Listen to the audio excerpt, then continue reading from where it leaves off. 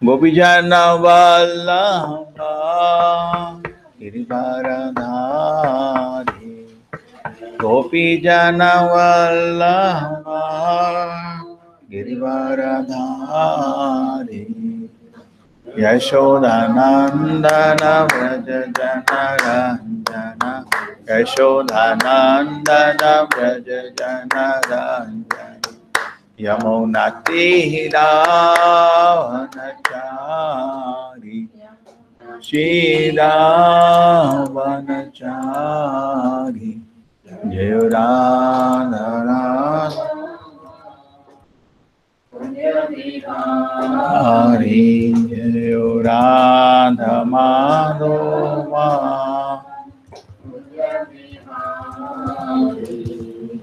Gopijana Vallabha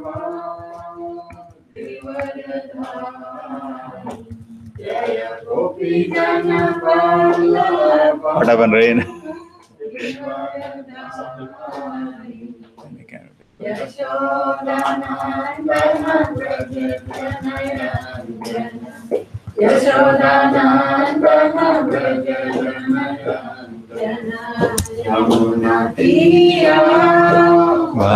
Vanachari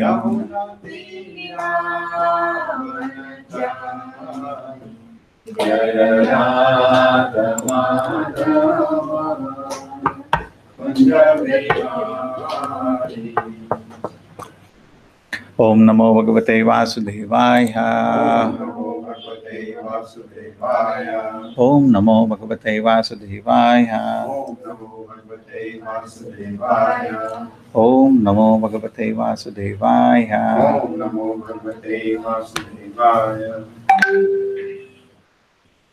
Now, we first do the chapter summary, my PPT, then we read, or which is better? Which is better? No. From there I do the what I made the PowerPoint summary study, or we read the purport word of word and at the end I summarize. At the end I can summarize that. Better. Take it. Huh? See, what I have done, each chapter I made PowerPoint. That is also ready. But everybody loves to read word by word together. And that's sweet. So we'll read word by word together. And then after that, certain time, say it is 10:15 now, at 12 o'clock. Enough now, 12, or we go? At 12 we go for summary. And we just discuss any things which are remaining. Okay. Good. Kamlesh, Hare Krishna, Kamlesh. Hare Krishna. Hare Krishna, Prabhuji. Hare. Good, you ready? Yes, Prabhuji. कौन सा श्लोक है? 15th today. We start with 15th? Yes, Prabhuji, 15th. You have the book with you, or you are able to read? I have the book, Prabhuji. Okay, good. Okay, you start reading. I'll read the translation, read the purport. When there was a complete inundation after the period of Chakshusha Manu and the whole world was deep within water, the Lord accepted the form of the fish and protected Vaivasvata Manu, keeping him on a boat. Can I start, Prabhuji? Yeah, read the purport. Yeah. According to Sripada Sridhara Swami, the original commentator of the Bhagavatam, there is not always a devastation after the change of every Manu. And yet, this inundation after the period of Chakshusha Manu took place in order to show some wonders to Satyavrata.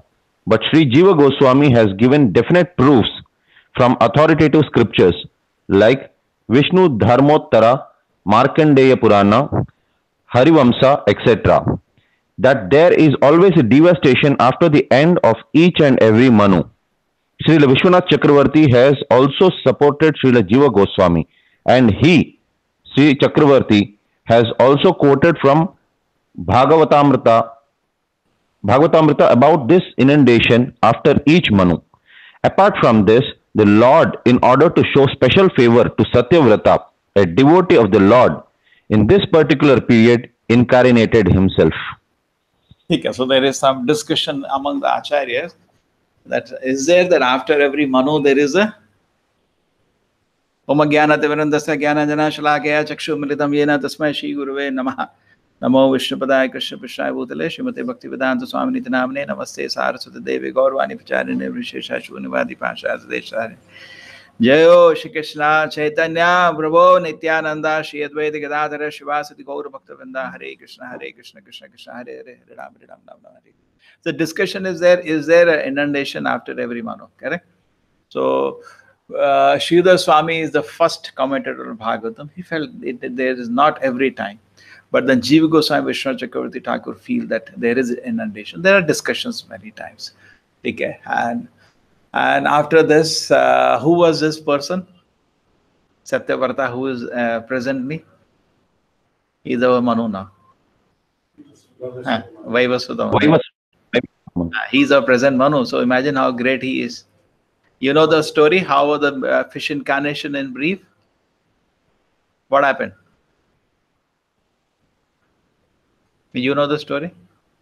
Fish incarnation, what happened? This is the new receiver, huh?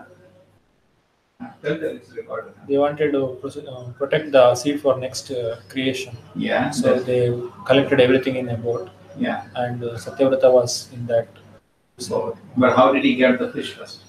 He got it when he was offering the water during the Sandhya Vandana. Yeah, little. Small fish was there in his palm and it started growing. He tried to facilitate with bigger water pond, but it was not sufficient. Finally, he went and put it in the ocean itself, and then the fish started speaking that next there is a devastation, and in that he should take all the seeds for the next creation, and he also should be there in the boat. And the fish will, in the form of fish, Lord will come and protect the devotee as well as the requirement for the next creation.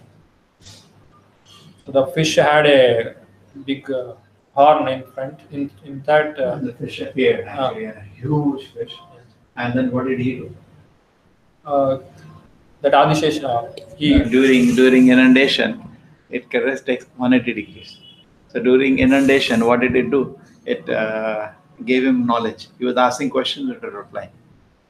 What's Satyavrata? Satyavrata, previously a king.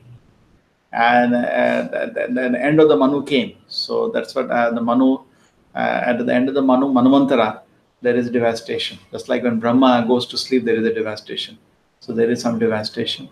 And these are all mini pralayas.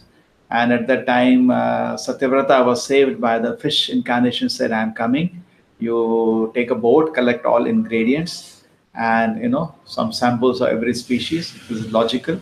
And you tie me with Vasuki. Vasuki, we do not know, it's available from lower planets. Horn and to your boat. And then to the inundation, he traveled. And where inundation is going on, he was asking question to fish incarnation, Matsyavatara, and he was teaching it. Interesting. They're totally oblivious to this. They're having some discussion. And then he becomes this Manvantara, he's the Manu. He's the Manu. And imagine how great devotee he is, our Manu. Yeah, he's Vaivasutta Manu. He was born now as a son of Vivaswami, correct? So we have all the top personalities are very special. Brahma, Manu, very, very powerful and very special.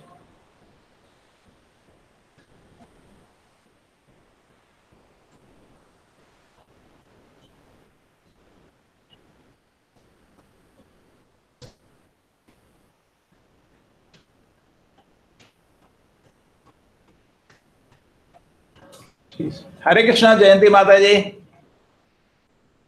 Hare Krishna. Hare Krishna. Gulf, and they try to block all this video conferences.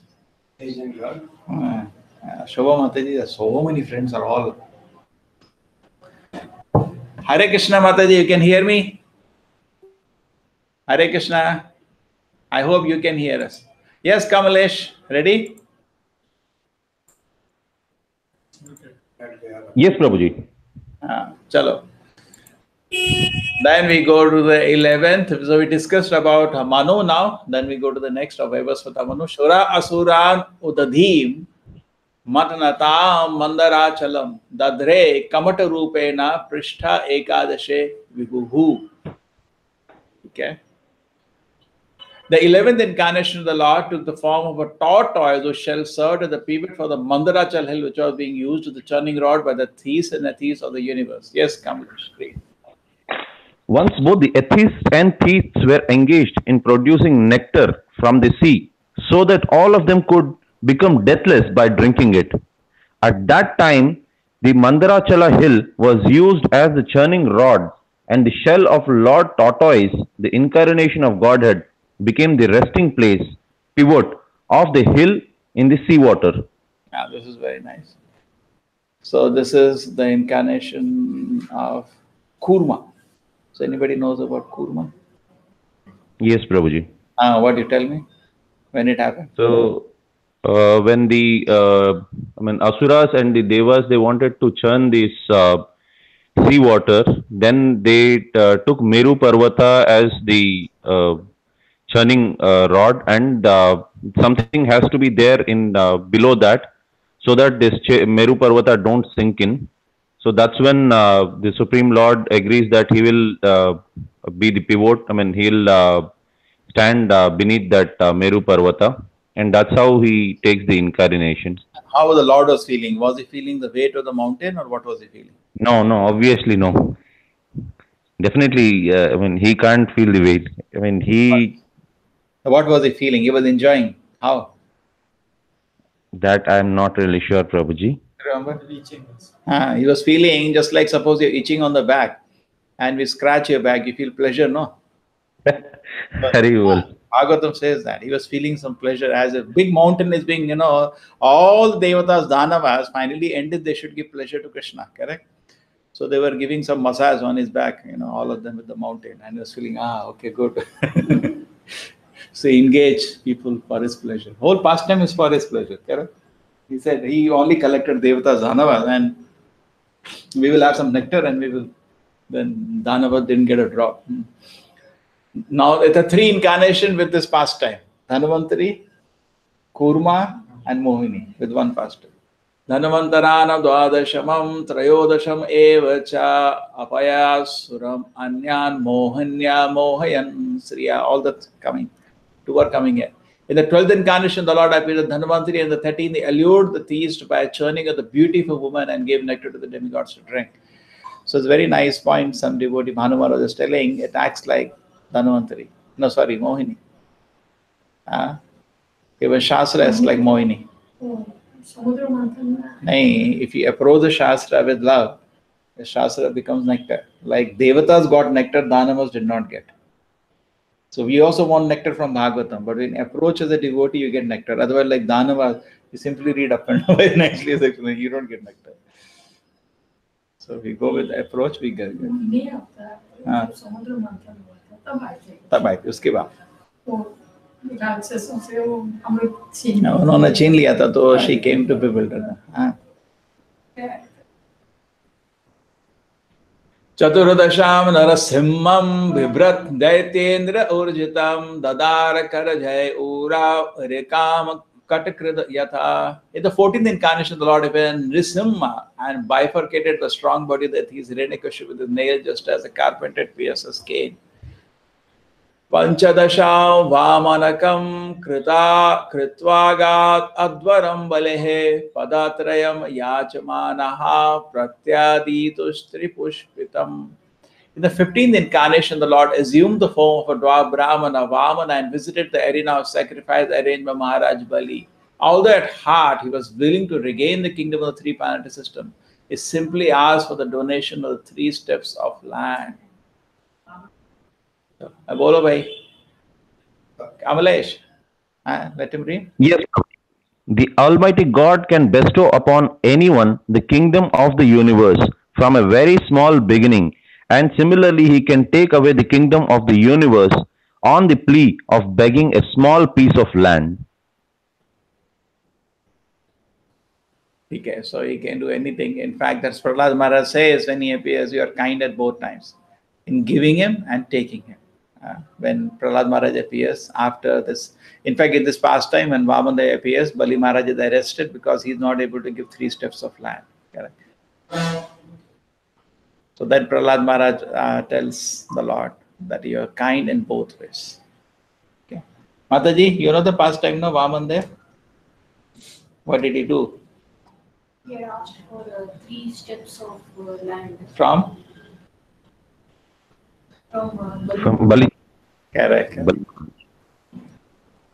Yes. Okay. Avatare Shodashamay Pashyan Brahmadro Nrinam Trisapta Kritavaha Kupito Nikshatram Akuron Mahim. In the 16th incarnation, the God of the Lord as Bhrugupati annihilated the administrative class Kshatriyas 21 times, being angry with them because of their rebellion against the Brahmana, the intelligent class.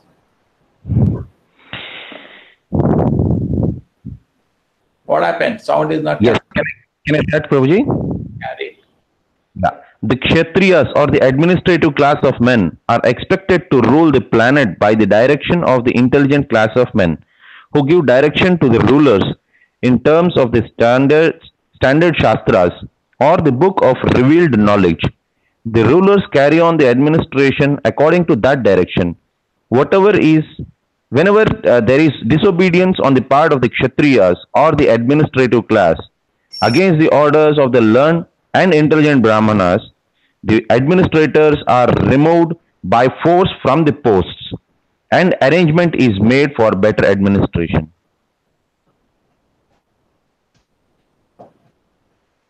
Yada yadahi dharmasya glani bhavati. Okay, no? So Kshatriyas have to do their dharma to obey the Brahmanas. When they don't do that, then the Lord acts.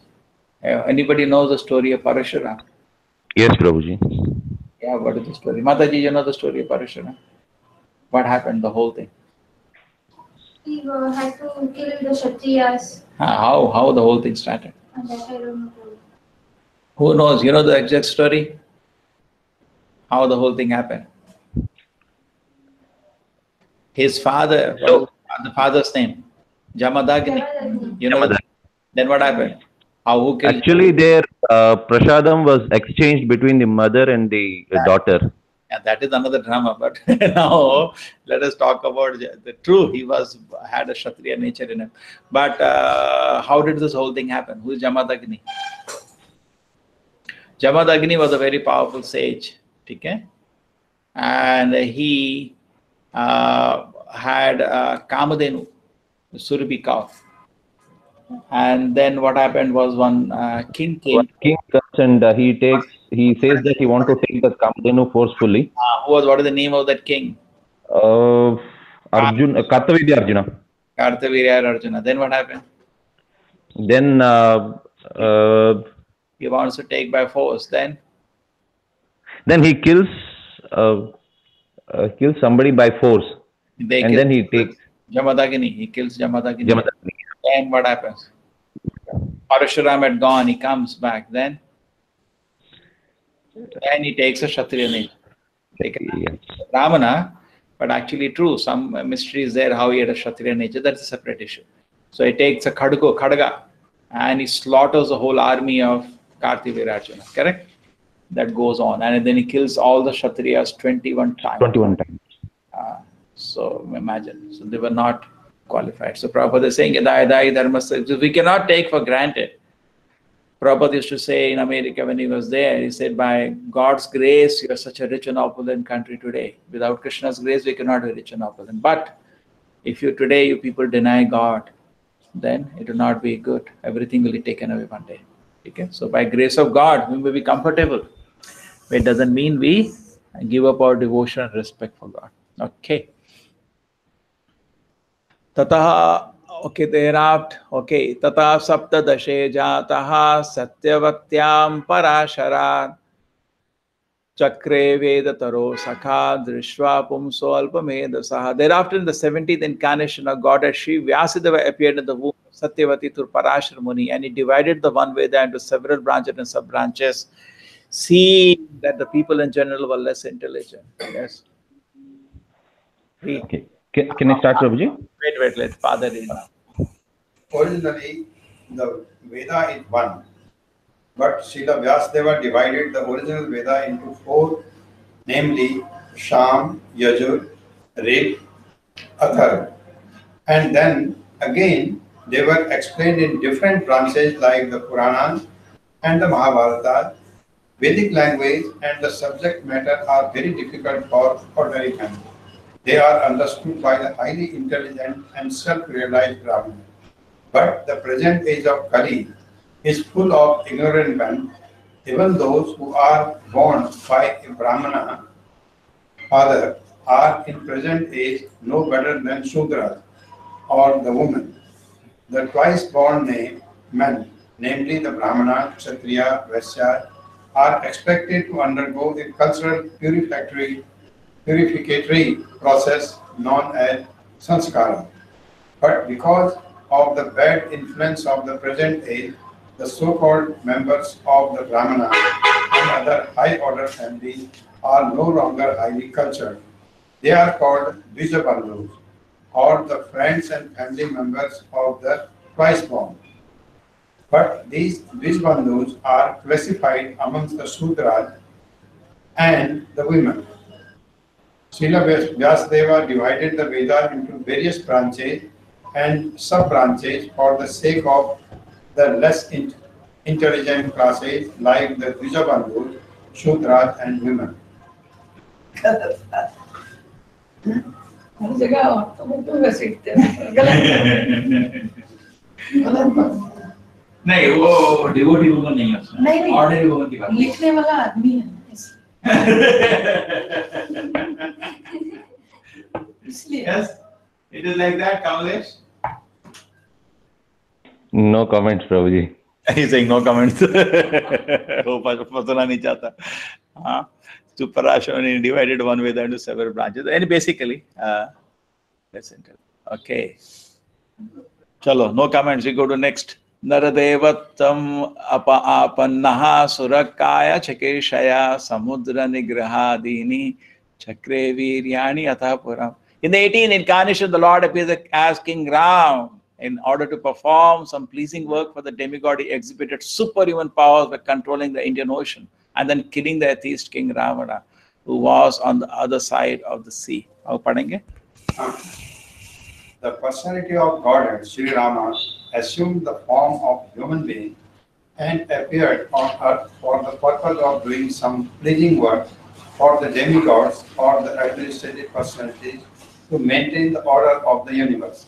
Sometimes great demons and atheists like Ravana and Hiranyakashipu and many others become very famous due to advancing material civilization by the help of material science and other activities with a spirit of challenging the established order of the Lord.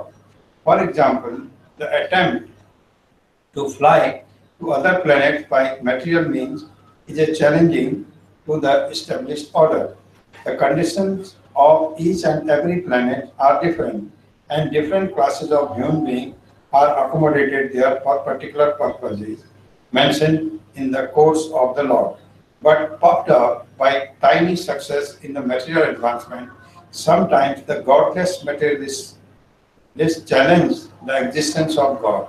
Ravana was one of them, and he wanted to deport ordinary men to the planet of Indra, heaven, by material means without consideration of the necessary qualifications. He wanted a staircase to be built up directly reaching the heavenly planet so that people might not be required to undergo the routine of pious work necessary to enter that planet. He also wanted to perform other acts against the established rule of the Lord. He even challenged the authority of Sri Rama, the personality of Godhead, and kidnapped his wife Sita. Of course, Lord Rama came to chastise this atheist, answering the prayer and desires of the demigods. He therefore took up the challenge of Ravana, and the complete activity is the subject matter of Ramayana. Because Lord Ramchandra was the personality of Godhead, he exhibited superhuman activities with no human being, including the materially advanced Ravana, could perform. Lord Ramchandra prepared a royal road on the Indian Ocean with the stones that floated on the water. The modern scientists have done research in the area of weightlessness, but it is not possible to bring in weightlessness anywhere and everywhere.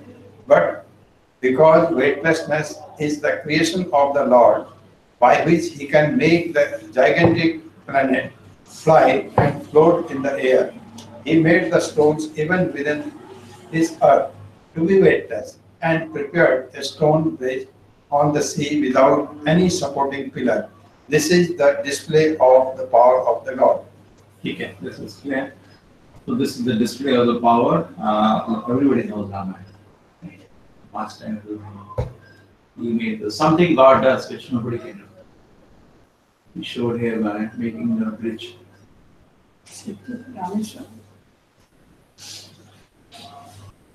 Yes, you have seen Rameshwaram?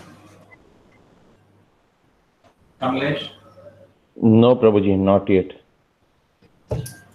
एकनविंशे विंशतिमे वृष्णीषु प्राप्य जन्मनि रामकृष्णावती भुवो भगवान् अहरतम्.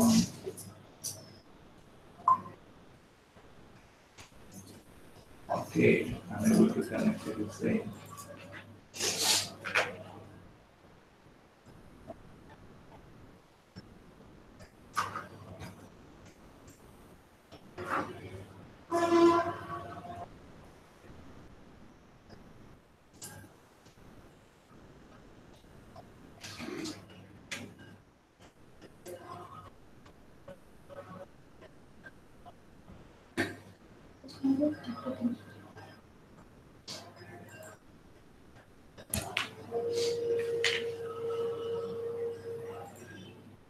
Okay.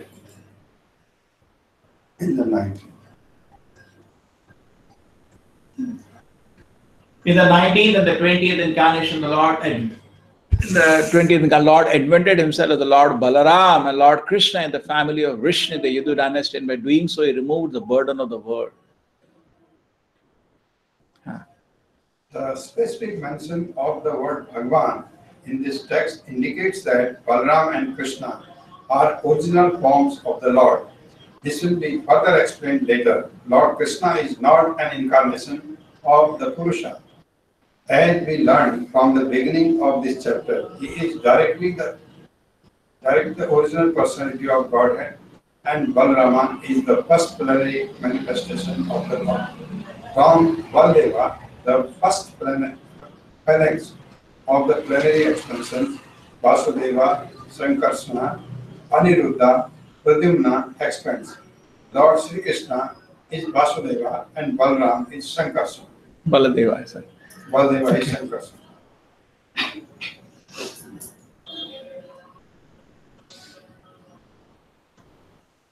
Since it is written in Bhagavatam, that is the incarnation, so people do not take him as avatar.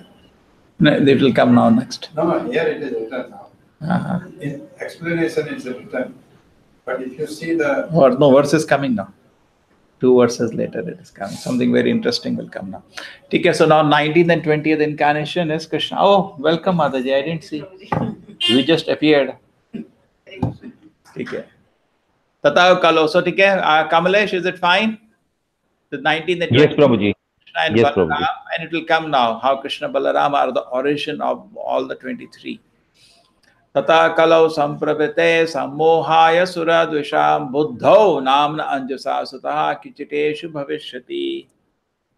Then in the beginning of the Kali Yuga, the Lord will appear as Lord Buddha, the son of Anjana, in the province of Gaya, just for the purpose of deluding those who are envious of the faithful theist. You want to read? Loudly.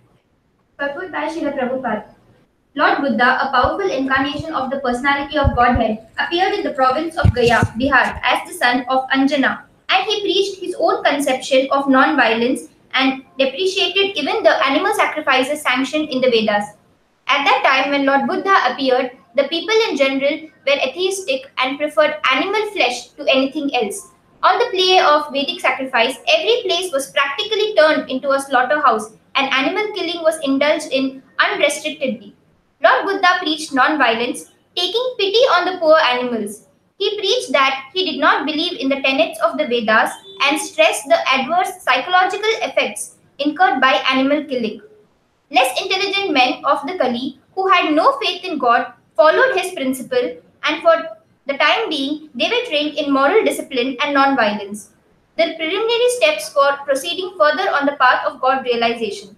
He deluded the atheist because such atheists who followed his principles did not believe in God, but they kept their absolute faith in Lord Buddha, who himself was the incarnation of God. Thus, the faithless people were made to believe in God in the form of Lord Buddha. That was the mercy of Lord Buddha. He made the faithless faithful to him. Killing of animals before the advent of Lord Buddha was the most prominent feature of the society. People claimed that these were Vedic sacrifices. When the Vedas are not accepted through the authoritative disciplic succession, the casual readers of the Vedas are misled by the flowery language of the system of knowledge. In the Bhagavad Gita, a comment has been made on such foolish scholars. Avipashchitaha.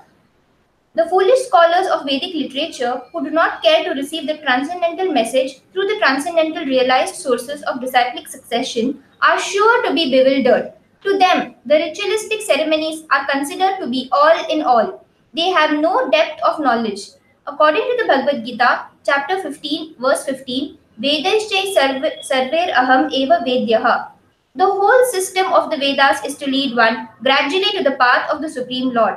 The whole theme of the Vedic literature is to know the Supreme Lord, the individual soul, the cosmic situation, and the relation between all these items. When the relation is known, the relative function begins, and as a result of such a function, the ultimate goal of life or going back to Godhead takes place in the easiest manner. Unfortunately, unauthorized scholars of the Vedas become captivated by the purificatory ceremonies only, and natural progress is thereby checked. To such bewildered persons of atheistic propensity, Lord Buddha is the emblem of theism.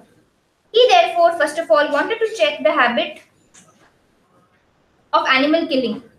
The animal killers are dangerous elements on the path of going back to Godhead. There are two types of animal killers. The soul is sometimes called the animal or the living being. Therefore, both the slaughterer of animals and those who have lost their identity of soul are animal killers.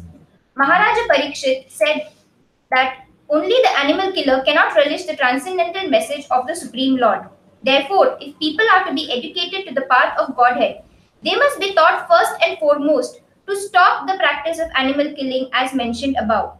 It is nonsensical to say that animal killing has nothing to do with spiritual realization.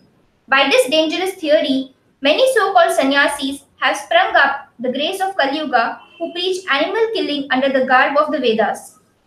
The subject matter has already been discussed in the conversation between Lord Chaitanya and Maulana Chand Qazi Sahib.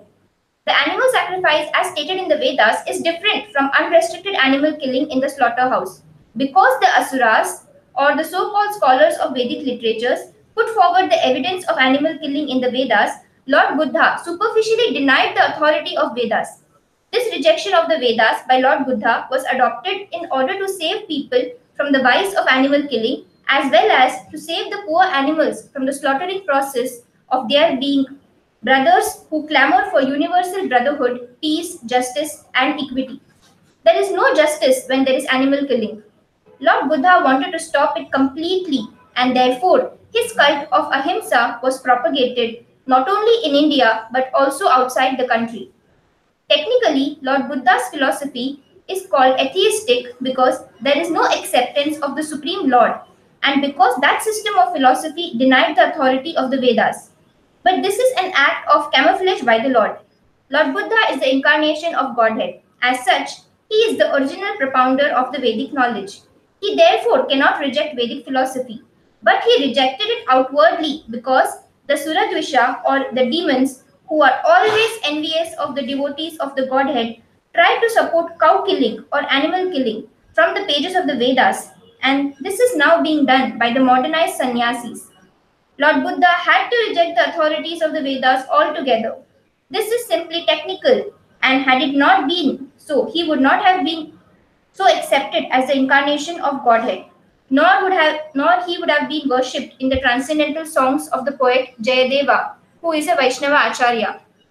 Lord Buddha preached the preliminary principles of the Vedas in a manner suitable for the time being, and also did Shankaracharya to establish the authority of the Vedas. Therefore, both Lord Buddha and Acharya Shankara paved the way of theism, and Vaishnava Acharyas, specifically Lord Sri Chaitanya Mahaprabhu, led the people on the path towards a realization of going back to Godhead. We are glad that people are taking interest in the non-violent movement of Lord Buddha.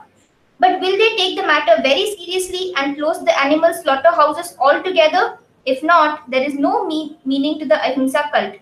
Srimad Bhagavatam was composed just prior to the beginning of the Kali, about 5,000 years ago, and Lord Buddha appeared about 2600 years ago. Therefore, in the Srimad Bhagavatam, Lord Buddha is foretold.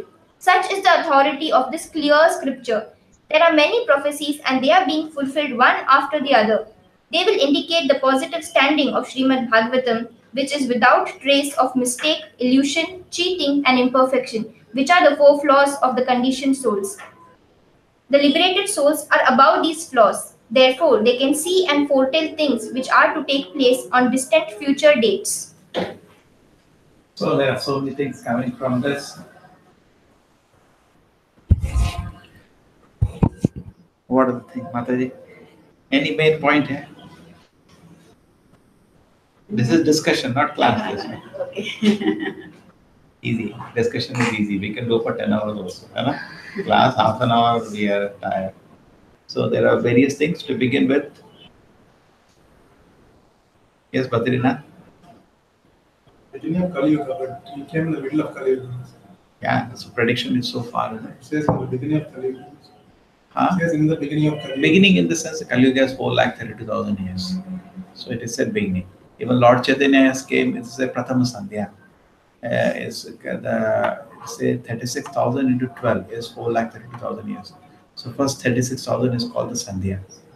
No, not 36, this is some 2,000-3,000. It is definitely part of Sandhya. Like Lord Chaitanya also, it is said, no, Kalo Sankirtan Arambe Bhavishami Sachisuta. So many quotations say that he came in the Prathama Sandhya now. First Sandhya. So it's the beginning of Kali Yuga. So how many years, that also Prabhupada has clarified, no? This is something like 2,500 years after Buddha came 2,600 2,600. ago. So 5,000 years, so 2,400 years roughly. Chaitanya Mahaprabhu is 500 plus. That means 4,500 years before the prediction of Chaitanya Mahaprabhu is there. Prediction of Lord Buddha is there 2,400 years before. All perfect. What are the given for Buddha in the Shastra, which came true? In fact, there is some study somebody has done that there are two Buddhas. Because one thing they say, he was born in Nepal, some people have. And here is talking about Gaya. Lumini. They say there are two. Near Indian border. Some scholars say, some scholars who are studying this are two. Many. Yeah, Prabhu, when I have heard it, they say there are two Buddhas. Two Buddhas. Yeah. One which is, see, this says, because at Gaya, we can take combine both the same. The Gaya, there was a mention that Gaya is there. Now, this Buddha at Gaya got the. Because he got the realization. We can combine both of them. But many scholars studying the different references from the scripture, scholars, they say there are two of the same name. Teachings are same, but one is the incarnation of Vishnu, one came later of the same. Yeah, they say one is God and one is saint. They say like that. There are some collections of quotations that they have worked on it. Anyway, that's a separate issue. Not so important. The main thing is that is mission. Why did he teach this? Why did he teach? Why did he not accept the Shastra and not talk about Because God? he wanted to stop the animal killing. But why to stop reading the Shastra then? Yes, Prabhavati Mataji, Hare Krishna. Hare Krishna Prabhuji. Why, Dhanavad Pranam. Dhanavad. Why did he stop this reading Shastra? He said, Nindasi Veda. Buddha said, Nindasi Veda. I don't want your Vedas. Why did Vishnu say, I don't want your Vedas? I think it's because of the mentality of the people at that time. There was so much of violence going on? Is In- that due to that? Yeah. So basically, In that in A that, lot of people under animals the got to lot of people under the umbrella of Vedas, they were killing animals. yeah. See, what Yeah. became very popular at that time was Karma Mimamsa theory. That is basically people are too much after fruits. Even today, people do bali, and sometimes they do narabali. Even today, it's all they're desiring. Some business nahi chal raha. One tantric will say, "Ek bachche ki bali chahiye," and they just do it. They just do it. They don't think of the pain of the child, how horrible it is. And you can just imagine how barbaric people can be. And they were also doing narabal, this animal bali, just to get some benefit. It's a karma mimamsa kind of theory. See what happens in the Vedas. The highest is called of the Astic people. The highest is Vedanta given by Vedavyasa. Below that, there are 5 more Astic theories, which are actually step 2 Vedanta. One of them is Karma Mimamsa, one of them is Nyaya. They're all different steps, but they're all called Astic because they accept the Shastra and their interpretation of the Shastra. But Buddha had nothing to do with one verse of the Vedas. Totally independent of the Vedas, which are so much respected in India, he created a new body of knowledge and so powerful that people found it more reasonable than what the Vedas had degraded to. And then it was closed. No, actually, this was according, they were telling that it is according to Vedas. According to Vedas. Karmakanda process has this. So that's why he told them. Better not read Vedas. No, we hear, sometimes you heard that people say, Bhima ate meat, this person ate meat. Have you heard that? So what you will tell them? Better not read Mahabharata. You keep it. Better not read. They don't know how to read, and they take this squeeze out different meaning without seeing the context, the situation, and who has done what. They just want to, search, somehow get some excuse. Kill each other and say, anyway, soul is eternal. Yeah, that is there. And this is, you can say like that also. And the Vedavyasa gave, just before that, Vedavyasa gave meat eating as a concession with the restriction for people who are tamasic. It was not an encouragement. It was given with a highly restriction. And with a lot of restriction, a concession was given, isn't it? Suppose people want to eat meat, there is no, you can offer bali and eat. But people took that as, okay, he is encouraging, eat meat. So it was not, the spirit was not understood. Yeah, they misunderstood. The whole spirit. And therefore, he said, better. I remember, I was at NIT. So the government of India was thinking whether to convert NIT to IIT. So there was a big discussion to going in the professors only, a few years ago. So one professor told me that it is better we start a scratch another IIT because the whole culture is different. And NIT, these people will not change. It's another culture. The same way, he thought isko badalne se acha we close it and start afresh. So much it got messed up. Better close it. Better close the whole instead of now telling them Vedas say that, but you're saying that. It was such confusion had come in. There is no need to talk. Let us start. Sometimes it happens, even in preaching. We talk to somebody and he has so much doubts from the scripture and he's so atheistic and so must have seen so offensive that we say better start from soul and body. Let us not even enter this whole area. He is a carnage. Here all the jokers we are seeing today. It's so difficult to talk to them. So we say we will talk about this. Let us start from the basics. We are not body, we are soul. How we should not hurt other people. In fact, many people when we meet them, we say, why don't you come to temple? They say, Swamiji, one thing is clear. I follow one religion. What is that? Don't give pain to another person. So even by self-consciousness, everybody understands this is the beginning of religion. And that they are forgotten. In the name of big religion they were slaughtering animals, not even thinking the pain of the animals. And number one. Number two, the hell they are going to because of committing such activities. So Buddha thought, any other reason? Why did he start scratch? Because people don't have direct knowledge. They hear from others, but everybody can experience that there is dukkha in life. Too much, you say, the confusion. Better start from basics, ABCD. Too much confusion. So let us start from basics. What you're telling, they didn't have direct knowledge. The Vedas earlier were not allowed to be read by everybody, so they have to hear from somebody. Yes. They will not have direct information, but everybody has got direct information that there is dukkha in life. So There is dukkha, suffering in life. So it takes that as the starting point. You know that there is dukkha in life. Takes that as the Doctor has started. Dukkha is there anyway.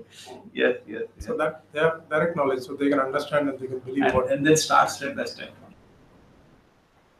Yes, Kamalesh, anything to add? Prabha Mataji, Nothing, Prabhuji. you got the point that he said everybody doesn't have a direct experience. Even the Shastra was not available to everybody. It was only in the temples, handwritten. People used to just go and listen, and that's it. They will remember also. That's all it was. Just go and listen, isn't it? In your time it was available. Imagine your grandmother time, the Shastra is not available at home. It's handwritten. No print. Printing has started how much? 100 years, maybe? Maybe it's just like that. So previously nothing. Because Bhaktivinoda Thakur, when he saw printing came in, he started using it for propagation. It's a very important instrument. And he started magazine books and books and the Prabhupada also used. Hare Krishna. Chalo. Ada, so Hare Krishna Prabhu, I will be leaving the temple Manor after some time. Yes, Prabha Mataji, no problem. She is going to Manor. Ada, so Yuga Sandhyayam, Dasyu Prayeshu Rajasu. Mataji, how far from your place? Bhaktivinoda Manor? It's 25 minutes, Prabhuji. Driving? Driving, yes, yes. How it's away from the, you live in the London city, it is far from the city? I live in Wembley, Prabhuji. Okay, okay. So then how many people come for the program? They have main program is afternoon program? Yeah. How many people come? Today there is a initiation program as well as Bhakti Charu Maharaj is here and Bhakti Rasamrita Maharaj is here as well. So big program today. How many people come? Yes, yes, yeah. Yes, Prabhuji. How many people come there? 1,000, 5,000? Oh, sometimes like 500. Okay. Weekend and sometimes it goes even 1,000. But routinely Sundays 200, 300 like that. A nice place, no? Yeah, it is a very nice, Prabhuji. Very nice place. This was gift of George Harrison, Hannah? Oh, yes, yes. Yes. So all the time you go there, he gets advancement in spiritual life, Hannah? His soul gets blessed, correct? Oh, yeah, yes, Prabhuji. Yes. Okay. So then I heard you want to come for the yatra? Yes, Prabhuji, yeah. Okay, you coordinate with Sridhara. Any help you need, you let me know. Yeah, I did. Anything you need, you let me know. Okay? Good. Thank you. Hare Krishna Mataji will continue. So till the time you can be there, be there. Yes. Yes, yes. Your friend keeps trying from Gulf. I think Jayanti Mataji keeps trying. I think there is a lot of blocking of the internet there. They're not allowing. Yeah, I think in Oman they have a lot of problems, Prabhuji, with the internet. They keep blocking. Whatever you do, they block. Atha so yoga sandhyayam dasya prayeshu rajaso janita vishnu yashasho namna kalkir jagatpatihi. Thereafter, at the conjunction of the two yugas, the Lord at the creation will take his birth as the Kalki incarnation and become the son of Vishnu Yasha. Vishnu Yasha. At that time, the rulers of the earth will have degenerated into plunderers. Yeah, who will read? Prerna Mataji. Mataji, you want to read? Read. Here is another foretelling of the advent of Lord. Here is another foretelling of the advent of Lord Kalki, the incarnation of Godhead. He is to appear at the conjunction of the two yugas, namely at the end of Kali Yuga and the beginning of Satya Yuga. The cycle of the four yugas, namely Satya, Treta, Dwapara and Kali, rotates like calendar months. The present Kali Yuga lasts 4,32,000 years, out of which we have passed only 5,000 years after the battle of Kurukshetra and the end of the regime of King Parikshit. So there are 4,27,000 years balance yet to be finished. Therefore, at the end of this period, the incarnation of Kalki will take place as foretold in the Srimad Bhagavatam. The name of his father, Vishnu Yasha, a learned Brahmana, and the village Sambala are also mentioned. As above mentioned, all these foretellings will prove to be factual in chronological order. This is the authority of Srimad Bhagavatam. Amazing, no? How can you do this?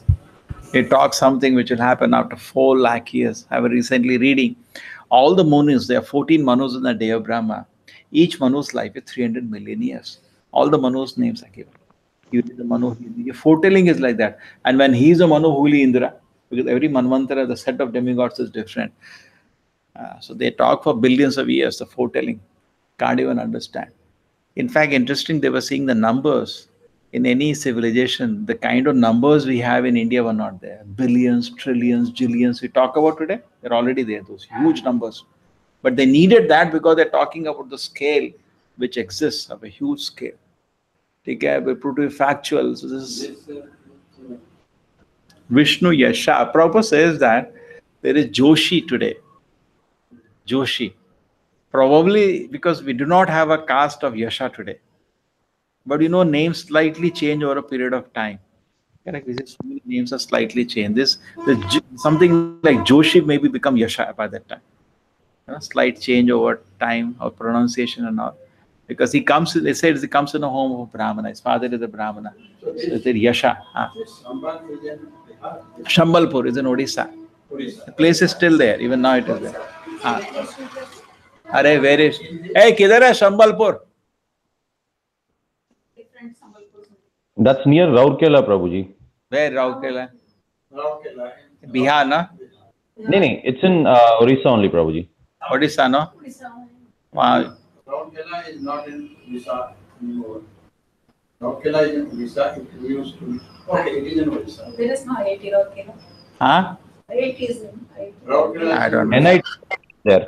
NIT. Not IIT. NIT Rourkela. Okay. So you have gone to Shambalpur? My relatives stay near Sambalpur, Prabhuji. So they saw Kalki.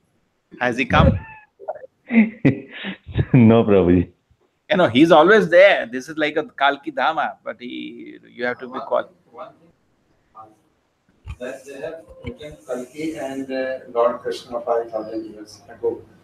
And nowhere it is mentioned about our Chaitanya Mahaprabhu. Why? What is the answer? Why Chaitanya Mahaprabhu is not mentioned? Prabhavati Mataji.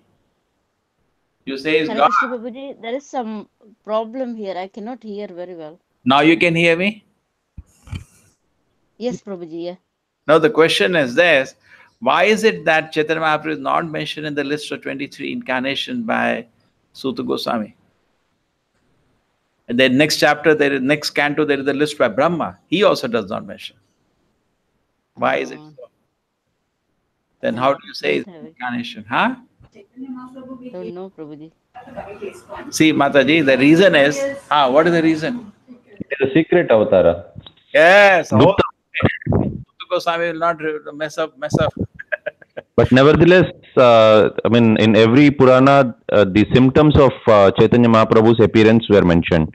The mother name, father name, the location, all that were mentioned. But name of Chaitanya Mahaprabhu was not mentioned in the avatars.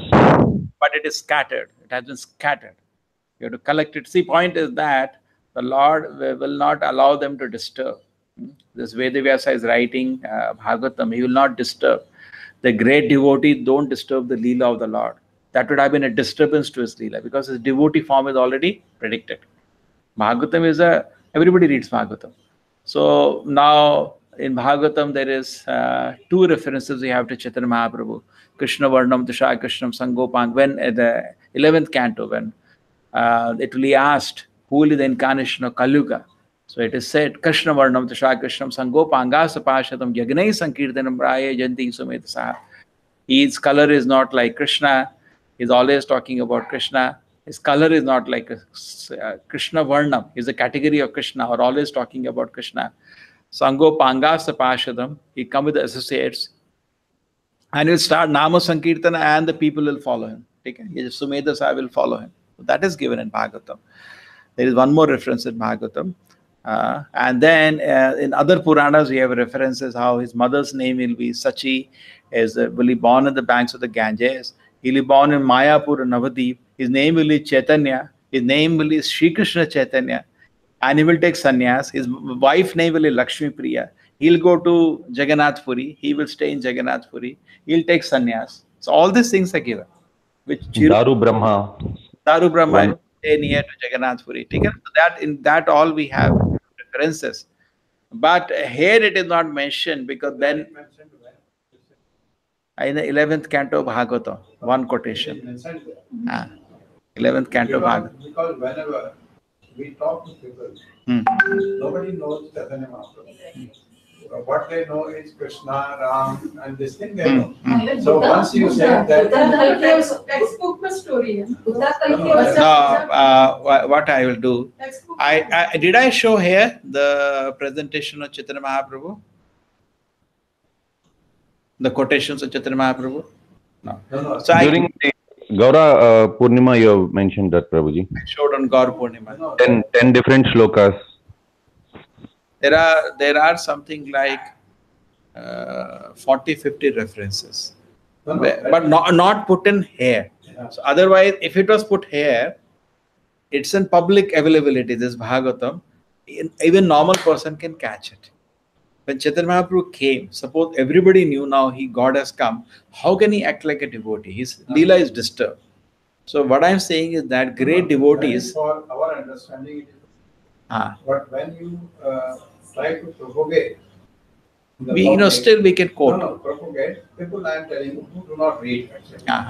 So they said they first listen to you, then they think that this is actually not the correct people to listen.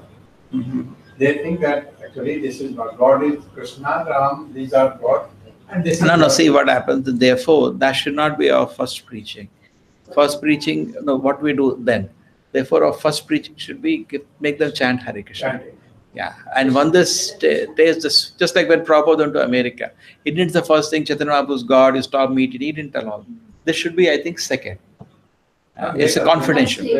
It's confidential, Hannah. It's a bit confidential. Once they start tasting and enjoying Sankirtana, that's so nice. Then show them the references from this. Now they develop there is something in it. It's like somebody is totally faithless. Doctor gives some medicine. You take this medicine. That's what I heard. They give some medicine, correct? And he takes the medicine. His fever is cured. Then comes with faith to you. Now tell me more. How this medicine works? What is your allopathy? Then you start, correct? So now our sampradaya, the greatest thing we are giving to the world is Hare Krishna mantra. We give the people chant. And anybody the chant after coming to us, I'm feeling a lot of peace. He developed faith in us. And then we give him more. Then step by step. Cannot be in the first stage. Yeah, it hasn't kept like that. A normal man may not, but the references are very solid. If suppose somebody is agreeable and has faith in the Shastri, another thing is that Mataji never came. She came to attend the program. She's sitting below. You can call her. Yesterday he was speaking to her. She left. Oh, she left him. She left. She was supposed to come on. I told her she was chanting one round. She finished and come. Take it. That's vacation. Maybe she had to go. Take it. So now what is it? Our point was.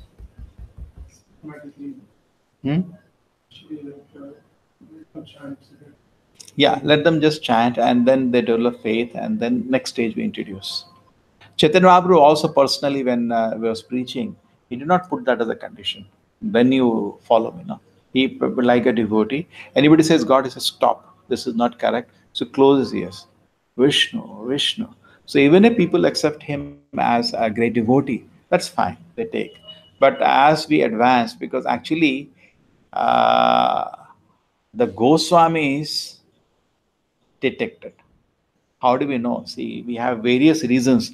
How do we know somebody is God? One thing should be, I have developed that thing, SAF is safe. Safe to accept Lord Chaitanya as God. But forget that. Main thing is the first thing is the scripture. Shastra is first. Among Guru, Sadhu, Shastra, highest respect among these three authorities given to Shastra. So Shastra we got the references. Number one. Number two, we see the attributes. Chaitanya Mahaprabhu exactly had the attributes of God. Marks on his hand, soles, his arms are long. There are various attributes of Lord Chaitanya which show his God. You say, somebody says, I'm God. You show your hand. The hand itself, there are marks. On the legs, there are marks. Okay. So he had that, number two. Number 3 was we should follow the great acharyas. All the great acharyas like the Goswami, they detected. Rupa Goswami says, no, Namo Mahavadanyaya Krishna Prema Pradayate. Yes, Kamalesh, what did he say? Krishnaya Krishna Chaitanya Namane Gauratashe. Namne Gauratashe Namah. Yeah. So therefore, we accept based on the Shastra, based on the Acharya, and then their wonderful activities with the show. Chaitanya Mahaprabhu, what did it? Turning the whole world into Krishna conscious at his time. That activity cannot be done unless you are God. In fact, these are the various ways we can know.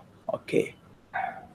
So the Kalki also, or say Buddha also, is parents' name. Prabhuji, what is E, Prabhuji? S is Shastra, A for attributes, follow the Acharyas, E for? Yeah, I don't remember now. I'll find out. I just made some times ago safe. It is safe to accept Lord Chaitanya as this thing. Last time you have told about external color or something also, I think, Prabhuji. We can. Is that attribute? No, it was something. Okay.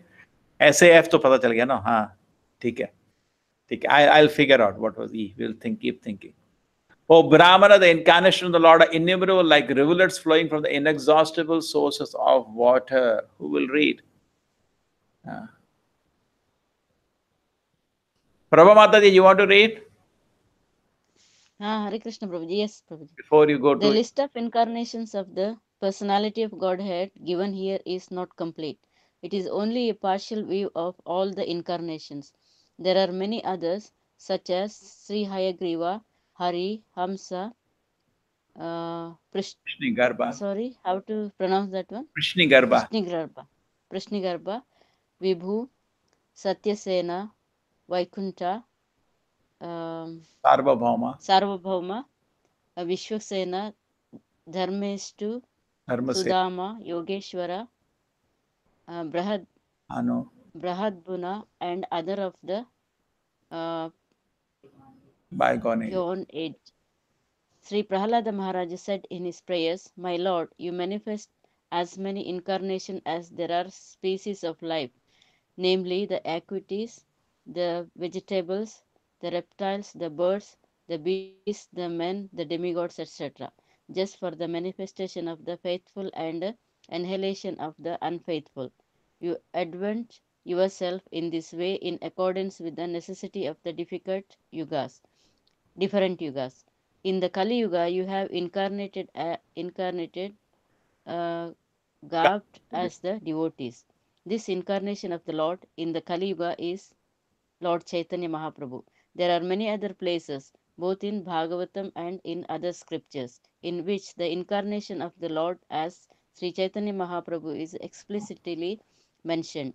In the Brahma Samhita also it is said indirectly that although there are many incarnations of the Lord, such as Rama, Narasimha, Varaha, Matsya, Kurma, and many others, the Lord himself sometimes incarnates in person.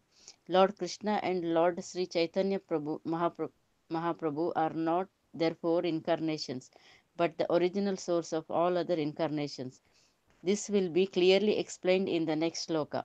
So the Lord is the exhaustible source for innumerable incarnations which are not always mentioned. But such incarnations are distinguished by specific, extraordinary feats which are impossible to be performed by any living being.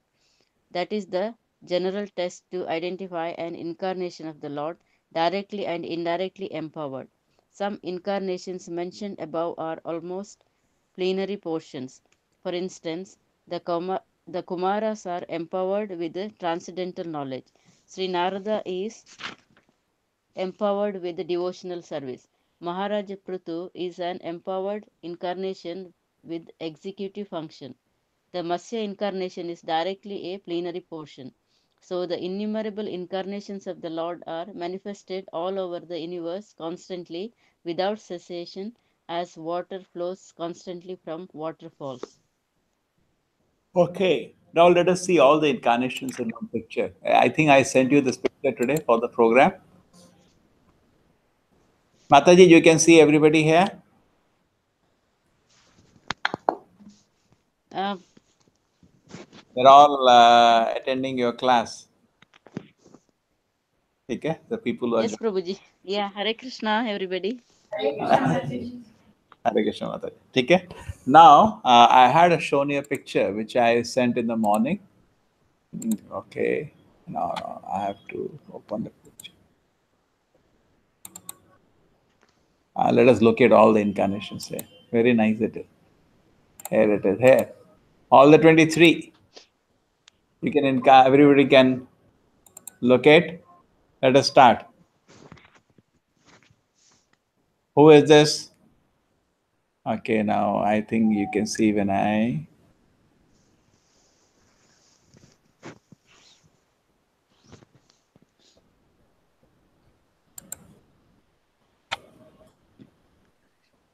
we start from who is this? Dattatreya. Great. And who is this? Who is this? Kapila. And here, Parashuram. Parshuram. Here, these two. Narayan Rishi. Here. Naradama. And then this. Varaha Avatara. Then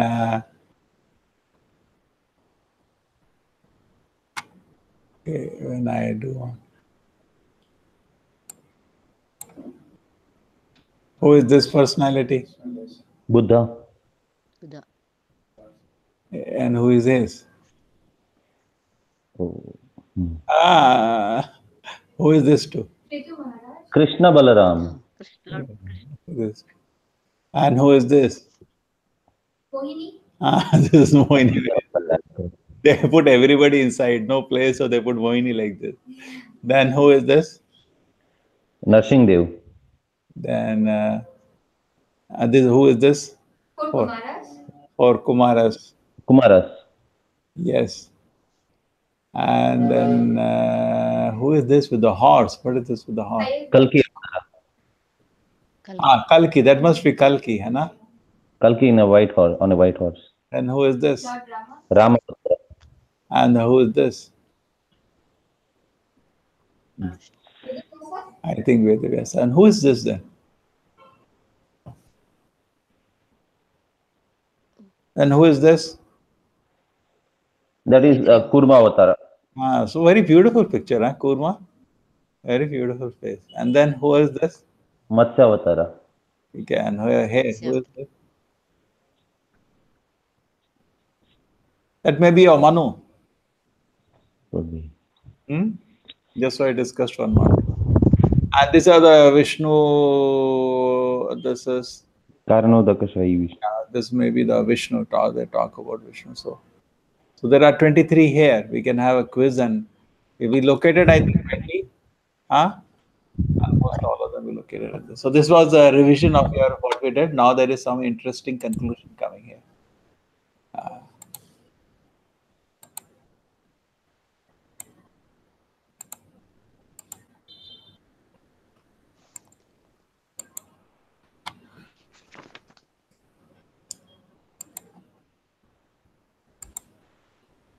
ऋषयो मनवो देवा मनुपुत्र महोजसः कलौ सर्वहरेरेवा संप्रजापतया स्मृतः.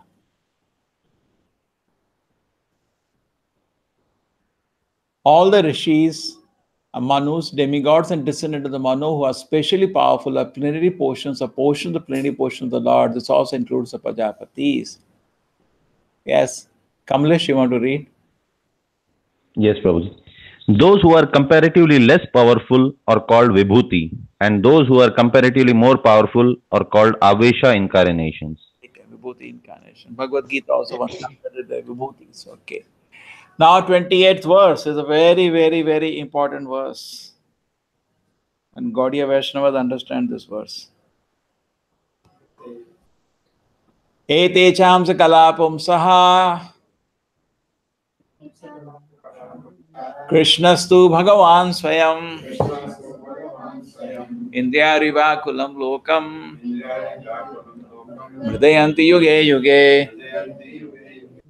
All the mentioned incarnation are the plenary portions of the plenary portions of the Lord, but Lord Shri Krishna is the original personality Godhead. All of them appear as on planets. Whenever there is a disturbance created by the atheists, the Lord incarnates to protect the thieves. This is a very important shloka. All the above mentioned incarnations are either plenary portions of plenary portions of Lord, but Lord Shri Krishna is the original personality of Godhead. All of the appear on planet whenever there is disturbance created by the atheists, the Lord incarnates to protect the thieves. So we can see the verse also. Ete chamsa kala pumsa, amsha and kala. Amsha means portions, kala means portion of the portions. Krishnastu Bhagavan saying, but Krishna is not an incarnation, he is Swayam Bhagavan. And whenever there is disturbance created, Krishna comes. Yeah, Kamalesh, you like to read? Yes, Prabhuji. In this particular stanza, Lord Sri Krishna, personality of Godhead. Prabhuji, there is a resounding of my voice, Prabhuji. No. Hare Krishna. Now it's okay. Yeah. In this particular stanza, Lord Sri Krishna, the personality of Godhead, is distinguished from other incarnations. He is counted amongst the avatars, incarnations, because out of his causeless mercy, the Lord descends from his transcendental abode. Avatara means one who descends. All the incarnations of the Lord, including the Lord himself, descend on the different planets of the material world, as also in different species of life to fulfill particular missions. Sometimes he comes himself, and sometimes his different plenary portions or parts of the plenary portions, or his differentiated portions directly or indirectly empowered by him, descend on this material world to execute certain specific functions. Originally, the Lord is full of opulences, all prowess, all fame, all beauty, all knowledge, and all renunciation. When they are partly manifested through the plenary portions or parts of the plenary portions, it should be noted that certain manifestations of his different powers are required for those particular functions. When in the room small electric bulbs are displayed, it does not mean that the electric powerhouse is limited by the small bulbs.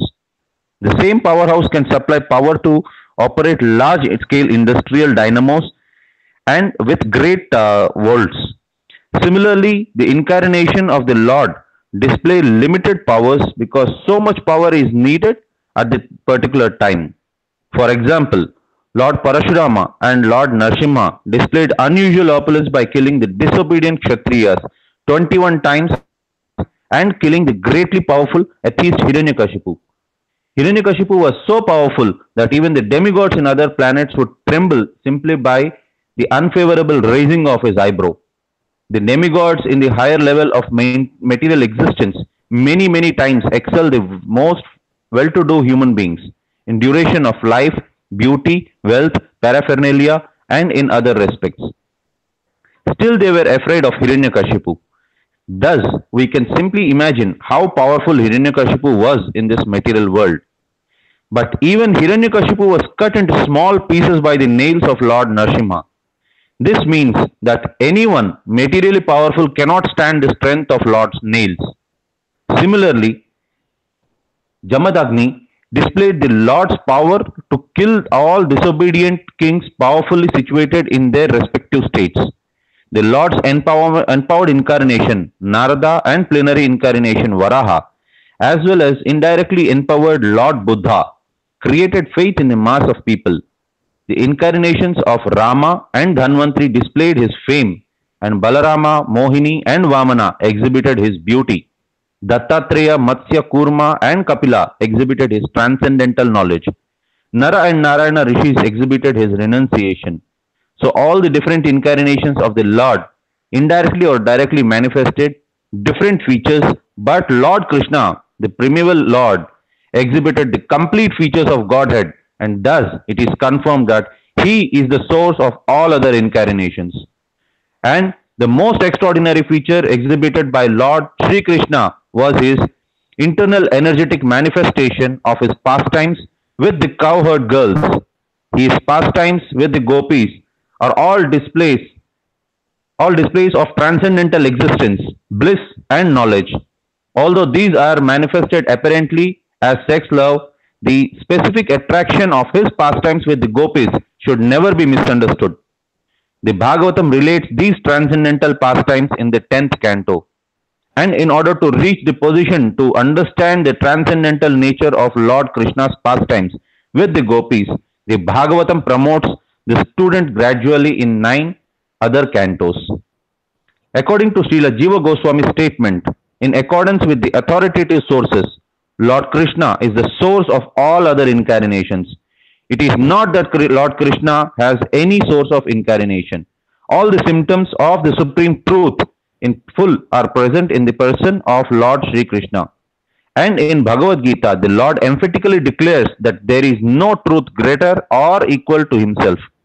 In this stanza, the word Swayam is particularly mentioned to confirm that Lord Krishna has no other source than himself.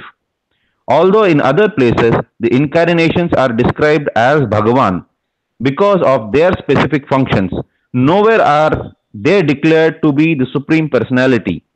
In this stanza, the word Swayam signifies the supremacy as the Samam Bonam. The Samam Bonam Krishna is one without a second. He himself has expanded himself in various parts, portions and particles as Swayam Rupa, Swayam Prakasha, Swayam Ekatma, Prabhava, Tad Ekatma. Okay, Tad Ekatma, Prabhava, Vibhava, Vilasa, Avatara, Avesha and Jivas. All provided with innumerable energies just suitable to the respective persons and personalities. Learned scholars in the transcendental subjects have carefully analyzed the Samam Bonam Krishna to have 64 principal attributes.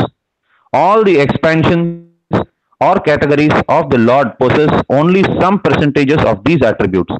But Sri Krishna is the possessor of the attributes cent%.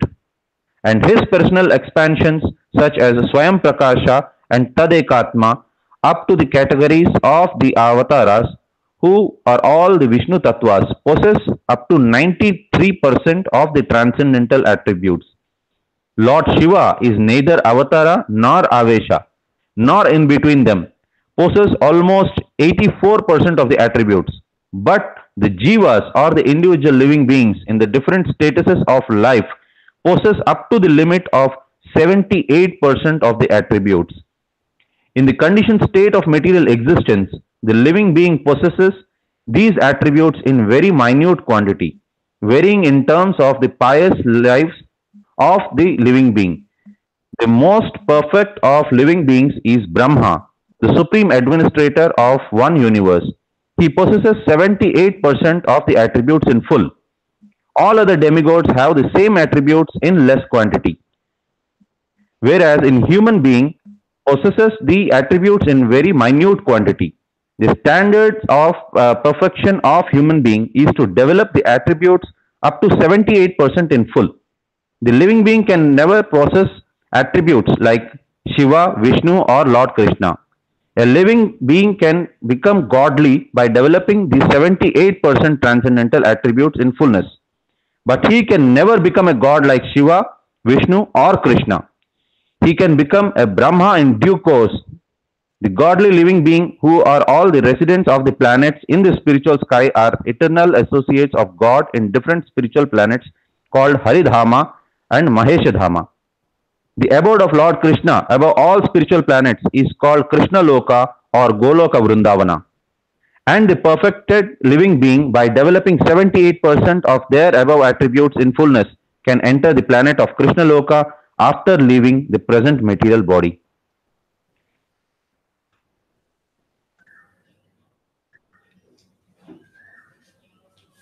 Okay. तुम्हें गरम लग रहा है?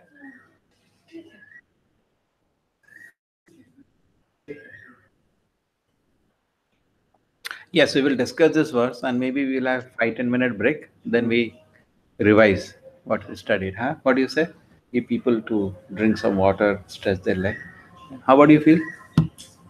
He also told me, so long we can't sit. First class we had. Oh, Nagaraj is not there today. So this is a very, very, very important verse because this verse has been quoted by our acharyas. And this in Chaitanya Charitamrita, he spends a lot of time explaining this verse. He talks about subject and predicate. First is always, we say this mobile is blue. We don't say blue is this mobile. Doesn't make sense. Normal, sensible English. First you tell what is known, and then you tell about something which is unknown. This bottle contains water. First is bottle. So we talk about something which we know, and then we tell something which we do not know. Correct? This person is 28-year-old.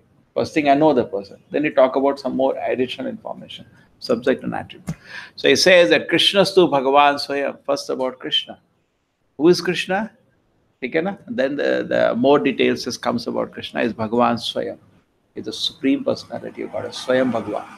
Krishna is Swayam Bhagavan. So this world, he says, other incarnation were listed. If you see there, sometimes it has said Bhagavan for other incarnation, but not Swayam Bhagavan. Swayam means himself, the original personality of Godhead. And they all are, even though the Brahma or Suta Goswami, they listed, they realized, wait a minute, people may get confused. They, wait a minute, don't think, even though I listed Krishna in the list, he is not one of them. Ete chamsa kala pumshaha. They're all expansions, and what all is listed is expansions and expansions and expansions. But Krishna is not an expansion there, he is Swayam Bhagavan. Because this is what is unique. Not only this, Prabhupada says there are hundreds of other references to show this, establishes, but at least here we can very clearly understand that Krishna is the Supreme Personality of Godhead. Correct? People say, no, in ISKCON you only worship Krishna. Here it is the reason. He is the origin. And then Prabhupada takes another point. What does it take? So percentage. Krishna shows 64 qualities. Narayana and Vishnu show 60. Shiva 55. Jiva 50. He cannot. So 50 by 64. What is the percentage? Yes, Kamlesh, what is the percentage? 50 by 64.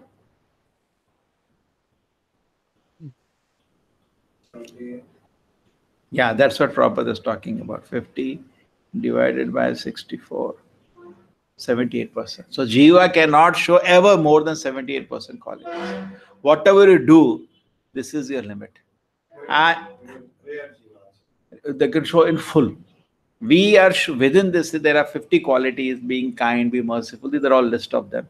We can show them, we cannot tolerate somebody's suffering. They're all list of qualities given. We can show them in 50 in minuteness. And in our perfection, 50 in full. Brahma shows all this 50 in full. Therefore, when you meet Devatas, you'll be very happy because they have wonderful personality. Their qualities are well developed. And Shiva shows 5 extra. He's always fresh and young. And there are 5 qualities like that Shiva has. Nectar Devotion has a list. And the Narayana shows another 5 extra. He can give liberation to person whom he kills. But Krishna shows even 4 extra, which even Narayana does not show, which we have discussed many times. Yes, it's clear? So this verse is very important verse which establishes Krishna as the Supreme Personality of Godhead. Ete cham sakala pumsa Krishnastu Bhagavan Swayam Indyari Vakulam Lokam Hridayanti Yuge Yuge. And Prabhupada says that, and now something interesting which I mark from this purport. He says in Narada, Varaha, empowered incarnation Narada, plenary incarnation Varaha, indirectly empowered Lord Buddha. There are different categories. The Lord gave faith to the mass of people. The atheists developed some faith in Buddha. As Varaha, he did something unimaginable, lifting earth. He gave faith. I can take like that. And Narada as a Bhakti Shakti, he gives faith of people to God. Okay. Incarnation Rama and Dharmadri displayed his fame.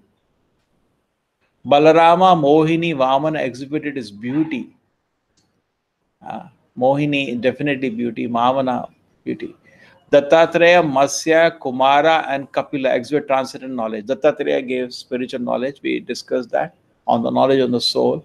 In fact, when Prahlad Maharaj we are reading in Bhagavatam, read that fat person, that was the incarnation of Dattatreya. He made a fat Paramahamsa. Matsya gave knowledge, we discussed to Satyavrata. Kumaras, the sons of Brahma, also gave knowledge. And Kapila taught his mother. Correct? They gave transcendent knowledge. Nannara Rishi exhibited renunciation. They're doing tapasya. So all the different incarnation Lord directly, indirectly manifested in different features. But Krishna has all the complete features of Godhead. To confirm that he is the source. He gave one more reason now. And probably the most important, Lord Shri Krishna showed the manifestation of pastime with the coward girls. That is the most important. He showed that. Which is not by any other incarnations. Because of Swayam describes Samam Bhovam. Okay, 64 attributes we discussed. Yes. So, yes, Prabha Mataji, we gave you a 5-minute break. You can go to Yes, Prabhu. your inner temple. Yes. We'll Yeah, have, we can have little kirtan, somebody. You don't want to break? You can sing little kirtan, 5 minutes so people can refresh.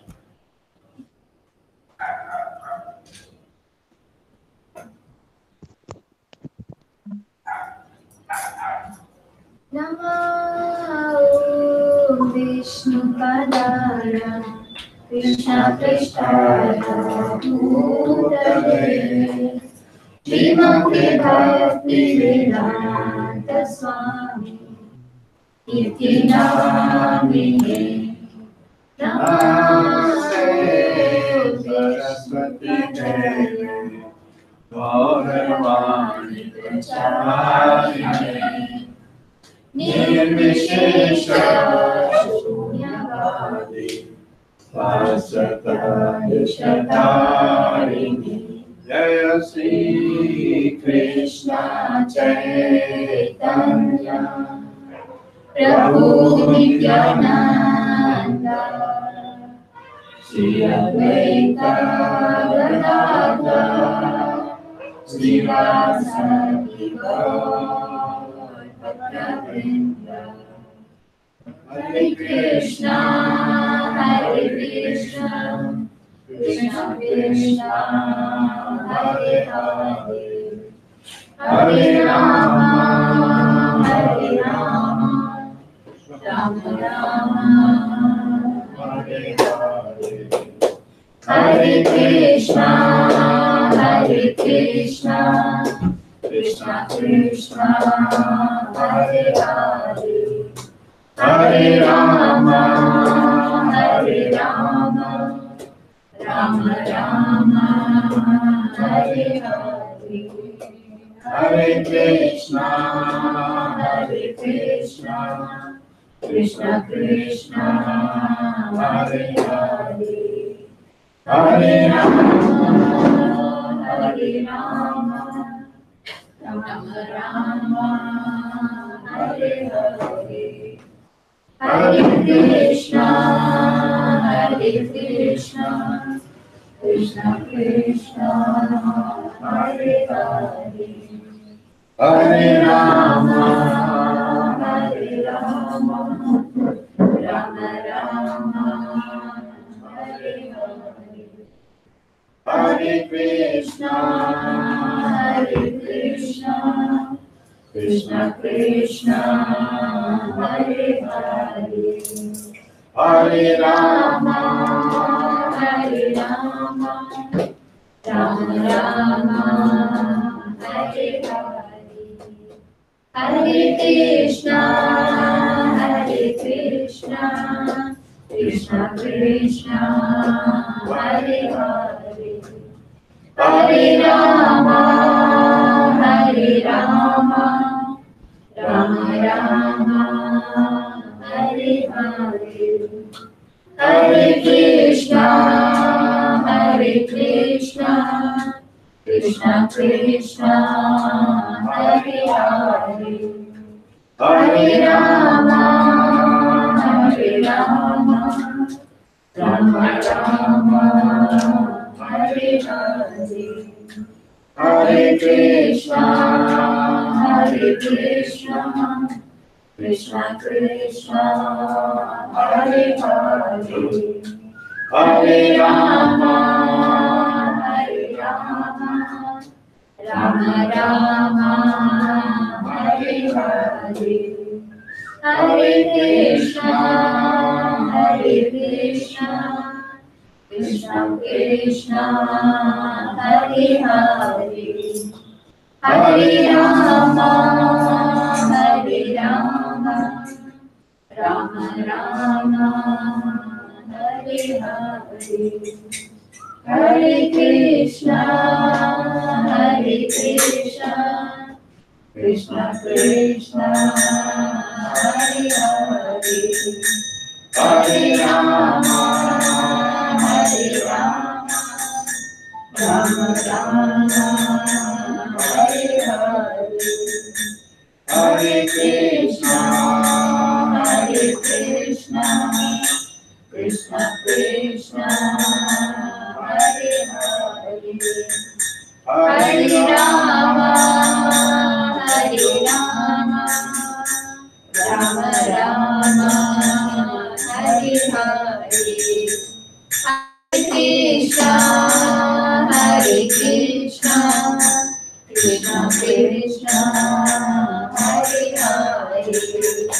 Hare Rama Hare Rama Rama Rama Hare Hare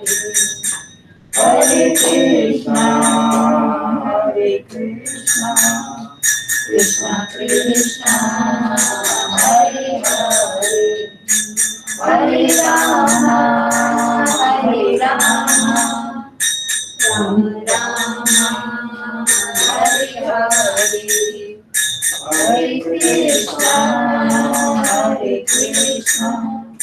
Krishna Krishna Hare Hare Hare Rama Hare Rama Rama Rama Hare Hare Hare Krishna Krishna Krishna Hare Hare Hare Rama Hare Rama Rama Rama Hare Hare Hare Krishna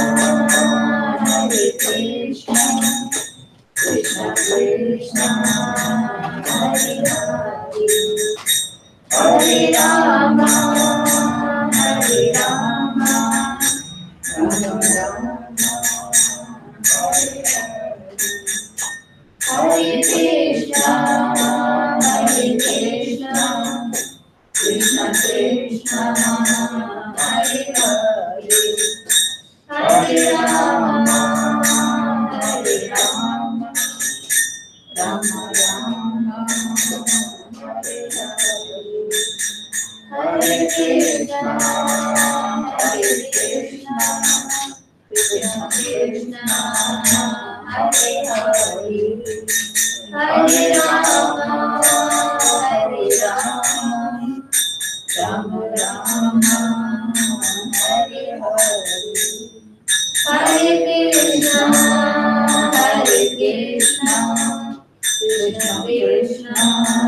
Hare Hare Hare Rama Hare Rama Rama Rama Hare Hare Hare Krishna Krishna Krishna Hare Hare Hare Rama Hare Rama Rama Rama Hare Hare Hare Krishna Krishna Krishna Hare Hare Hare Rama Hare Rama Rama Rama Hare Hare Hare Krishna Krishna Krishna Hare Hare Hare Rama Hare Rama Rama Rama Hare Hare Hare Krishna Krishna Krishna Hare Hare Hare Rama Hare Rama Rama Rama Hare Hare Hare Krishna Krishna Krishna Hare Hare Hare Rama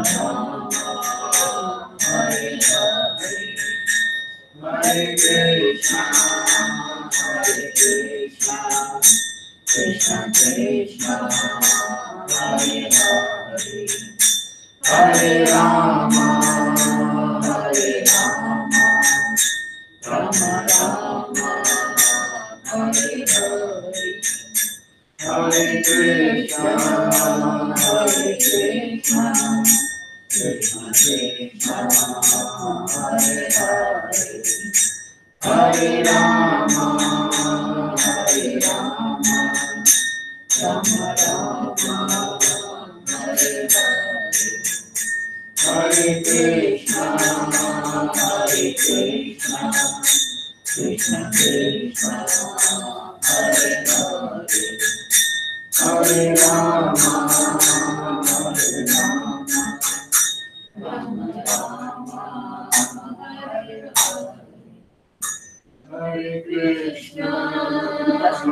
Krishna, Krishna Krishna, Hare Hare, Hare Rama, Hare Krishna.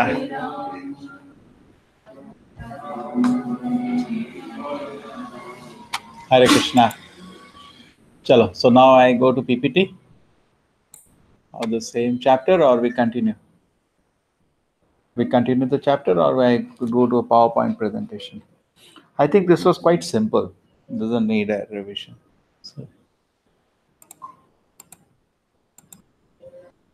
Hare Krishna. Welcome everybody. Kamlesh, Hare Krishna.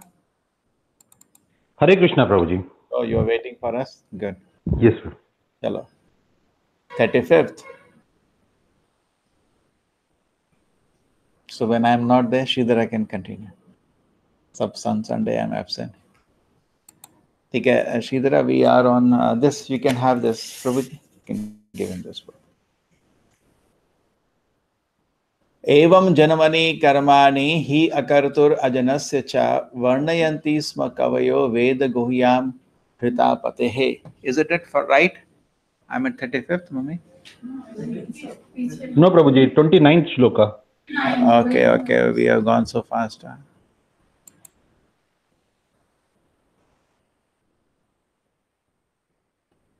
Okay. Oh, very good. We should read now. This is called Shruti Phala. So we should get the Phala also. Whenever you do something, there is something called Shruti. I think I'm the only one using this, so I'll use this now. Shruti Phala. Janma guhyam bhagavato ya etat prayato naraha sayam prata grinan bhaktya dukkha graman vimuchyate. Whoever carefully recite the mysterious appearance of the Lord with devotion in the morning and in the evening, get release from all miseries of life. Ho gaya bhai. Dukkha grama vimuchyate. Ho gaya, relief ho gaya. Who will read this now? Kamalesh, you want to read? Read. Yes, Prabhuji. In the Bhagavad Gita, the personality of Godhead has declared that anyone who knows the principles of the transcendental birth and activities of the Lord will go back to Godhead after being relieved from this material tabernacle. So simply knowing factually the mysterious way of the Lord's incarnation in the material world can liberate one from material bondage. Therefore, the birth and activities of the Lord, as manifested by Him for the welfare of the people in general, are not ordinary. They are mysterious, and only by those who carefully try to go deep into the matter by spiritual devotion is the mystery discovered. Thus one gets liberated from the material bondage. It is advised, therefore, that one who simply recites this chapter of Bhagavatam, describing the appearance of the Lord in different incarnations, in sincerity and devotion, can have insight into the birth and activities of the Lord. The very word vimukti or liberation indicates that Lord's birth and activities are all transcendental. Otherwise, simply by reciting them, one could not attain liberation.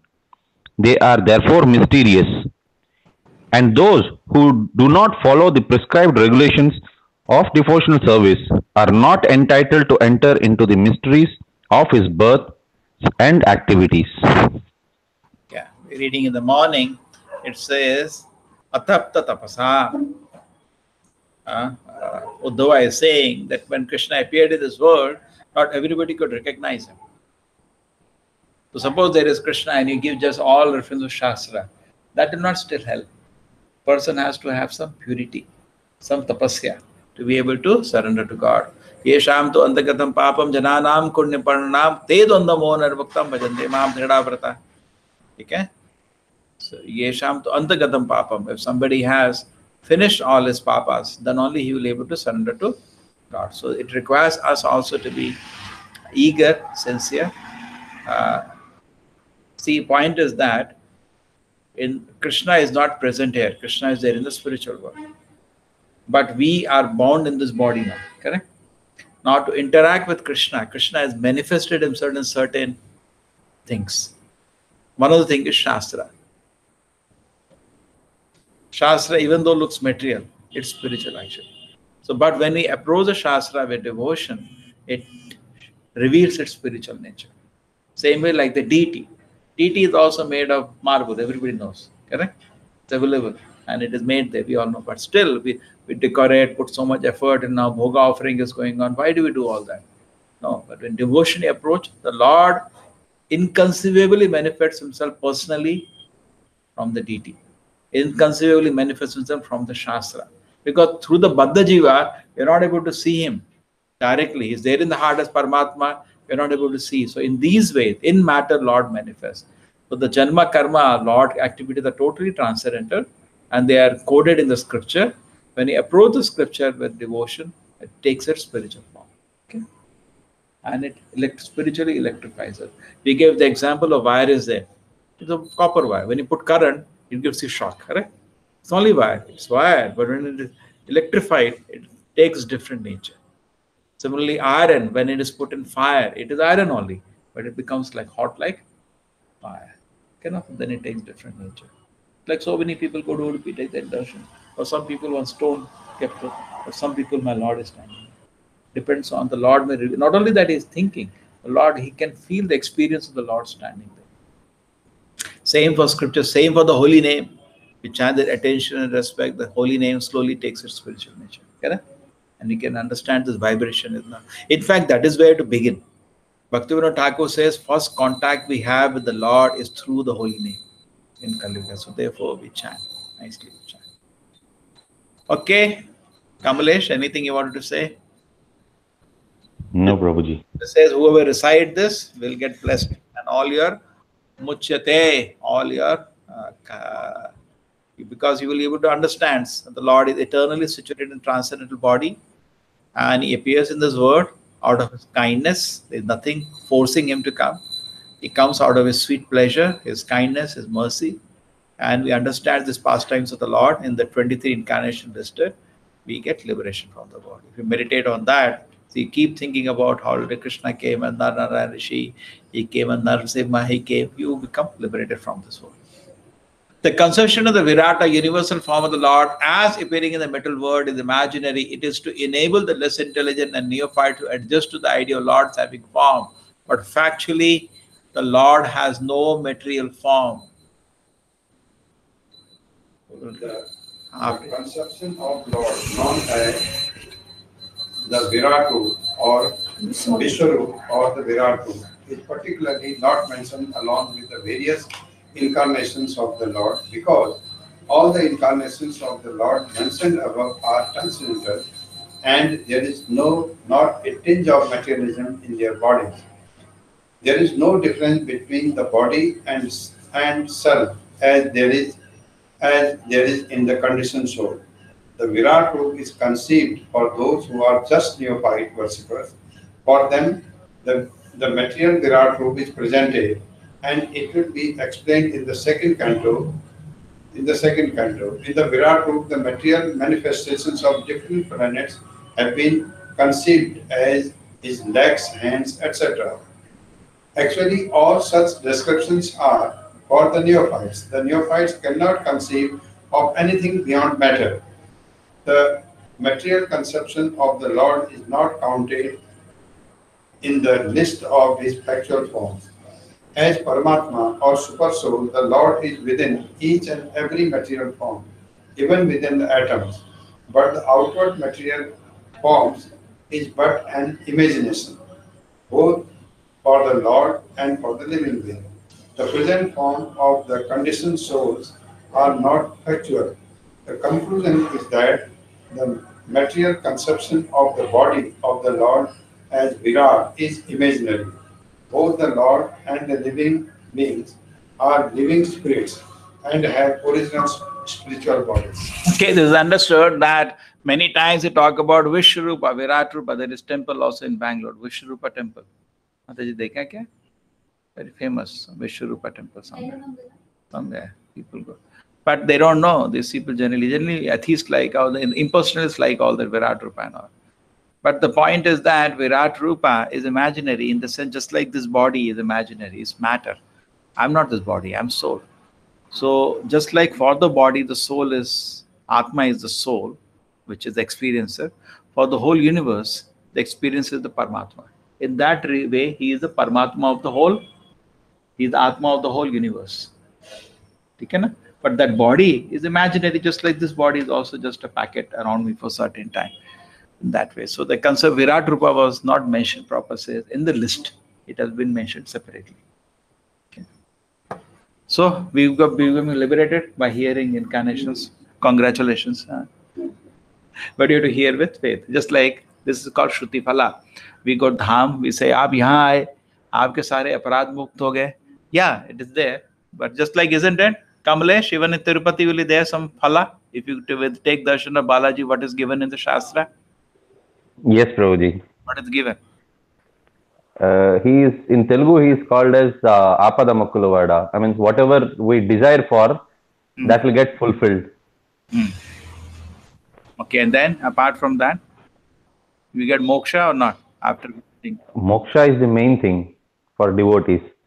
But for people who are less intelligent, for them it is their desires will get fulfilled.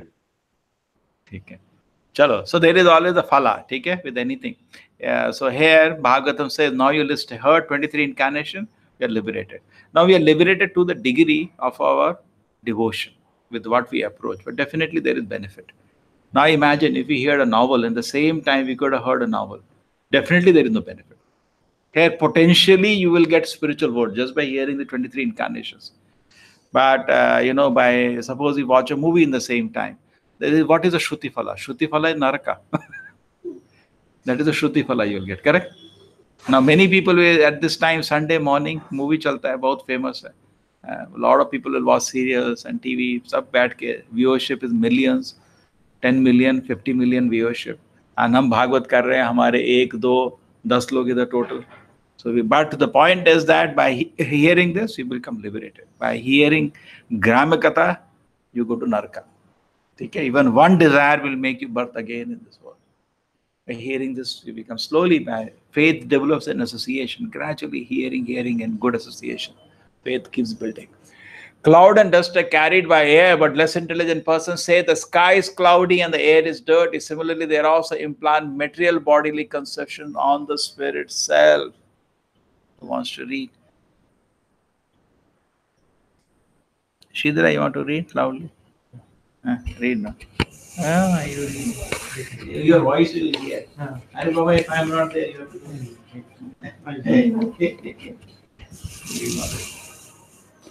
Purport by Srila Prabhupada. It is further confirmed herein that with all our material eyes and senses, we cannot see the Lord who is all spirit. We cannot even detect the spiritual spark which exists within the material body of the living being. We look to the outward covering of the body or subtle mind of the living being, but we cannot see the spiritual spark within the body. So we have to accept the living being's presence by the presence of his gross body. Similarly, those who want to see the Lord with their present material eyes or with the material senses are advised to meditate on the gigantic external feature called the Virat Rupa. For instance, when a particular gentleman goes in his car, which can be seen very easily, we identify the car with the man within the car. When the president goes out in his particular car, we say, there is the president. For the time being, we identify the car with the president. Similarly, less intelligent men who want to see God immediately without necessary qualification are shown first the gigantic material cosmos as a form of the Lord, although the Lord is within and without. The clouds in the sky and the blue of the sky are better appreciated in this connection. Although the bluish tint of the sky and the sky itself are different, we conceive the color of the sky as blue, but that is the general conception for the layman only.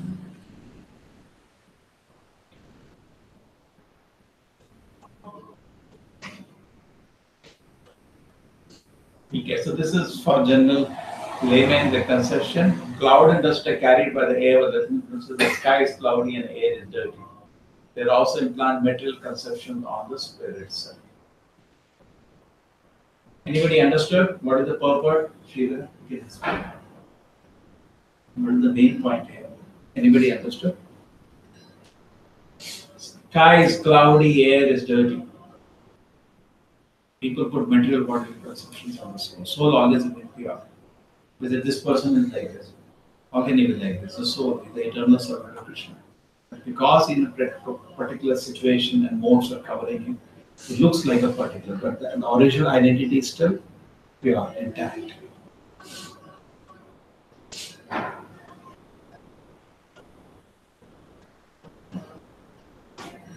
So with presence of the living entity, we take from the presence of the body. He has come. Because the body has come. We say Badrinath has come. Because of the body. But actually it has nothing to do with the body. You're a spiritual. Okay? Just like that, there's the president has come. Because they see the car. But they don't understand the president is not the car, it's the person himself. Your voice may not be heard. Yeah. 180 degrees. It has 180 from here. Yes, Hare Krishna Kamlesh, could you hear me? Yes, Prabhuji, I can hear you, Prabhuji. So generally when we are in the neophyte stages, we can't conceive of the transcendental form of the Lord. Therefore, the impersonal conception of Virat Rupa is given. Because we can see only matter. So we say God is, whole universe is the body of God. You can appreciate it. They tell him the Lord has a transcendental form, which is not matter. It's beyond his capacity. He can only see what he believes what he sees. So we talk about gross matter, which he sees, he can understand. We tell him the transcendental beautiful form of Krishna, wonderful pastimes, very loving to Mother Yashoda, and having nice pastime with the gopis, the gopas, cannot conceive of that. So therefore, Virat Rupa is given as an intermediate step to go to that.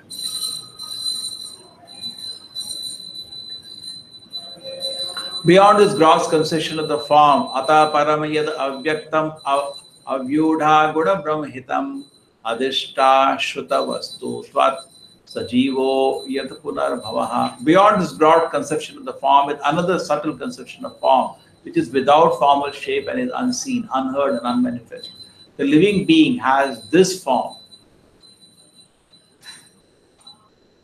Beyond the subtlety, otherwise he could not have repeated births. As gross cosmic manifestation is conceived as the gigantic body of the Lord, so also there is the conception of his subtle form, which is simply realized without being seen, heard, or manifested. But in fact, all these gross or subtle conceptions of body are in relation with the living being. The living being has his spiritual form beyond this gross material or subtle psychic existence. The gross body and psychic functions cease to act as soon as living being leaves the visible gross body. In fact, we say that the living being has gone away because he is unseen and unheard, even when the gross body is not acting. When the living being is in sound sleep, we know that he is within the body by his breathing. So, the living being passing away from the body does not mean that there is no existence of the living soul. It is there, otherwise how can he repeat his birth again and again?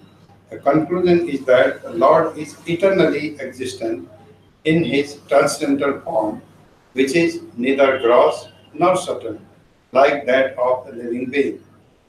His body is never be compared to the gross or subtle body of the living being.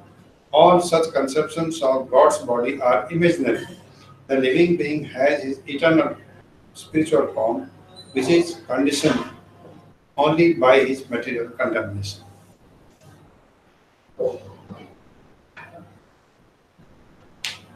Because of it in the gross forms that we see, either the Jiva or the Vishwarupa, there is another subtle conception which is formal shape, unseen, unheard, unmanifest. Beyond what we have seen, heard, or manifest. The living being has this form beyond the subtlety. We also have a spiritual form, otherwise how can there be reincarnation? The reincarnation proves that we have a spiritual body. We don't identify as body with the soul.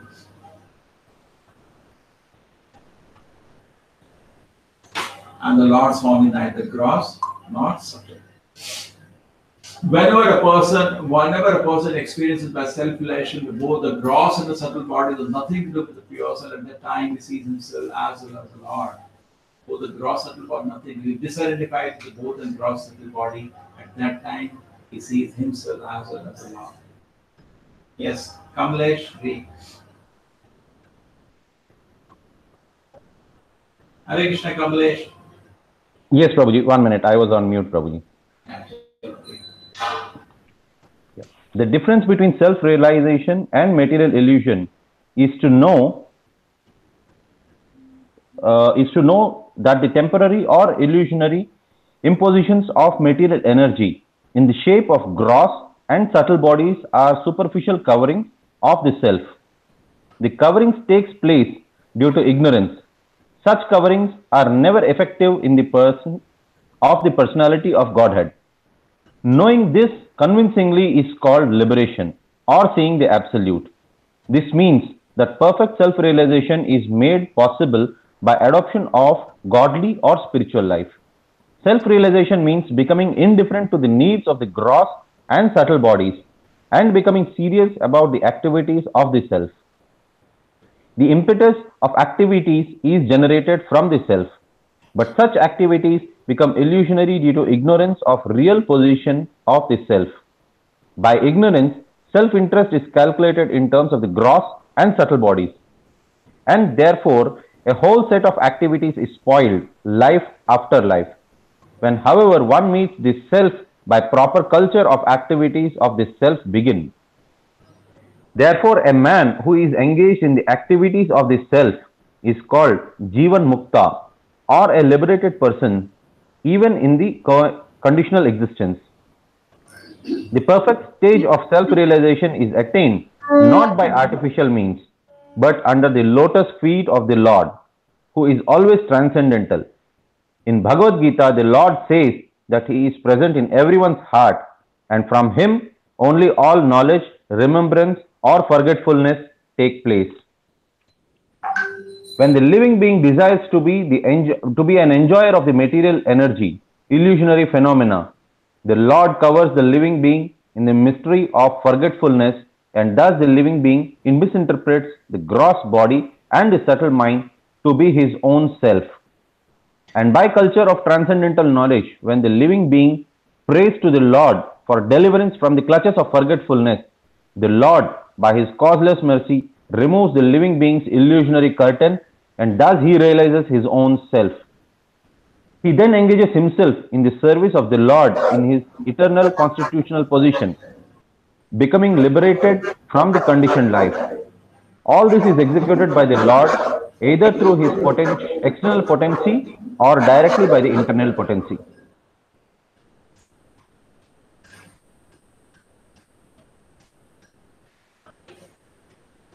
So pretty nice when a devotee prays. I was talking, we should pray. When we pray to the Lord, the Prabhupada in Karkoshi, what does it say?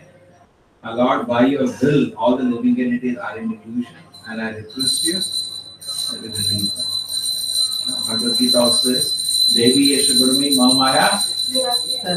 And then, Mama Eva Ye Prapadyante Maya Metam Tarantite. When you surrender to me, you get released. So when you pray to Krishna, yes, Krishna, I want to serve you, then Krishna removes this illusion. Illusion is only there because we have some illegitimate desire to be independent enjoyers. But when we are praying to Krishna, Krishna, I want to serve you, there is no need of illusion to disturb us. So illusion goes away. Okay? So when this Maya is removed, we understand gross and subtle body has nothing to do with the pure self. And then what happens? We see our the soul as well as we see the Lord. Okay. So covering of Maya is because of our illegitimate desire. The desire goes away.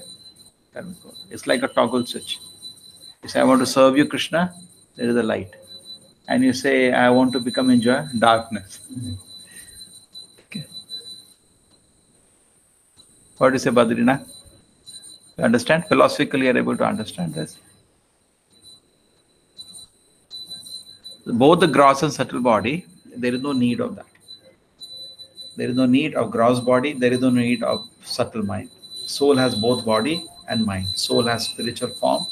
It just does not need either the gross body or the subtle mind. It's not needed. That's kind of a covering. It's a prisoner's dress put up to facilitate illusion. A gross body get hurt. Spiritual body cannot be hurt. Subtle mind can have unwanted desire. Spiritual mind cannot have any unwanted desire. Spiritual mind is always pure. So soul, Nitya Siddha Krishna Bhakta, soul eternally staged, eternally perfect. But it's today a slumber. And Shravana the Shuddha Chitta Karay Udaya. When you say Hare Krishna, Krishna Krishna, Hare Hare, Hare Ram, Ram Ram, Hare, the soul wakes up. When the soul wakes up, it can throw if it wants the subtle body. And it doesn't throw, it utilizes till the time it is there around it. It utilizes for service to Krishna. But as such, you know that I am not this body, I am not this mind. Just use them for Krishna's service. But actually they were given to me for illusion. But when I am liberated, I can use the same thing for Krishna's service. Clear, Mataji? You feel we see the PPT now? Revise? How many are there? 37, 38. Feeling tired now? 44 are there. What do you do? We finish the chapter? Huh? 44?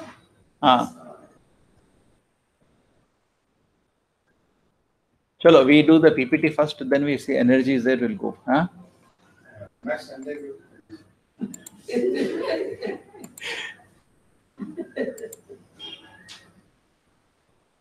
Let me locate the PPT. Just give me 1 minute.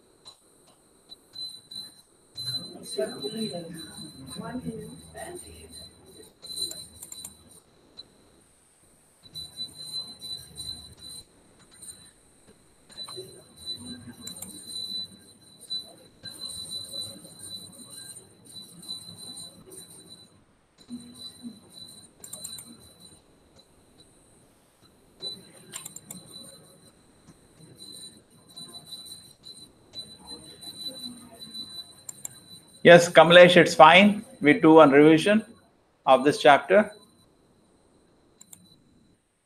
Yes, Prabhuji. Okay, then people are feeling exhausted. I am also. No, Prabhuji. You are not tired? No, Prabhuji. Where are you, on Tirupati Hill or you are at home? No, I am in Gulbarga, Prabhuji.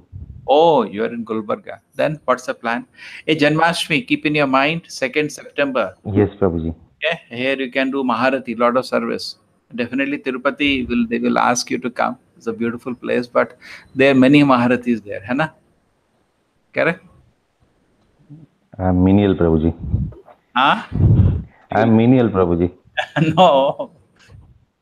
Here a lot of work happens. Okay.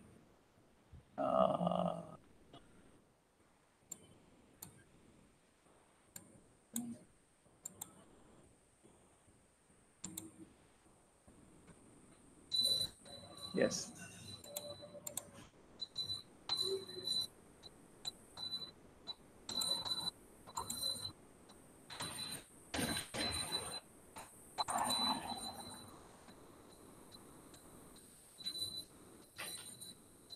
So this was the chapter, Krishna is the source of all incarnations. You can see the Kamalesh, this chapter? Yes, Prabhuji, I can see that. Okay. So we talked about Jagre Purusham Rogam Bhagavan Madhadivi Sambhutam Sotakalam. Okay. So there was a discussion about Mahavishnu. Okay. Then about Garbhodakshay Vishnu. Then about Shirodakshay Vishnu. Okay. Beautiful Paramatma feature. Everybody can see. And this is the darshan of Paramatma's lotus feet. Then we came to Text 2. This next verse was Garbhodakshay Vishnu. Burma is born. And this Kshirodakshay Vishnu. Okay. After that, Purusha 1000. This is about again Paramatma.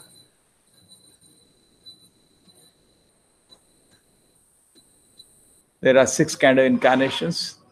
Okay. Is the source industry multifarious incarnation. Okay. So this is the Paramatma is actually source of all the incarnations in this world. And with the 6 kind of incarnation, Purusha Avatara we discussed, 3, Garbhodakshay Vishnu, Mahavishnu and Kshirodakshay Vishnu. Guna Avataras, what are the Guna Avataras? Brahma, Vishnu, Shiva. And Leela Avataras, innumerable. And the Manvantara Avataras, 14 Manus. Yuga Avataras, every Yuga has one person who teaches. Therefore, Chaitanya Mahaprabhu comes in the Yuga Avatara. That is another reason. And Shaktivesh Avatara is innumerable. Any living entity empowered by the Lord to act. Srimad Bhagavatam, we discussed these are the different times. We discussed this. And our Brahma's life is 155.522 trillion years. In the beginning of creation, so there were now 23 lists. First is the Kumaras, who have celibacy under a serious austerity for realization of absolute truth. First the Kumaras, 4 Kumaras. And then we know the pastime. The second, the boar incarnation. The Vara Avatara. And then third, Narada. We know so many pastimes of Narada. And then after that, we talked about Narayan Rishi, the Lord doing tapasya, twin sons of wife of King Dharma. So he is giving an inspiration, encouragement to us to do tapasya. Here is, if you go to Badrikashram, kaun gaya Badr? Ab gaye? Ye dekha? You have seen this form? This temple you have seen? Is their form like the Narayan Rishi? Not there? It's there, but so many families. I heard you went that time, you came to know that government is subsidizing the trip. Simply. And I heard a lot of people got thinking they'll get subsidy.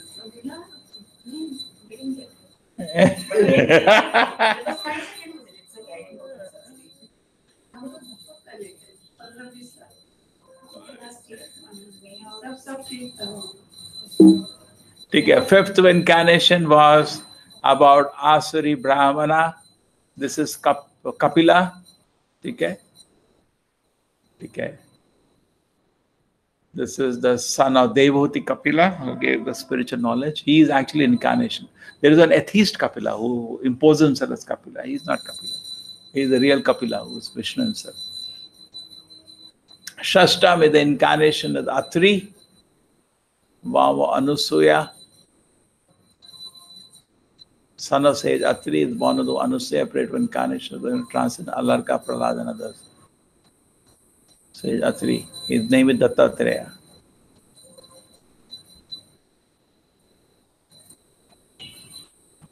And we continue.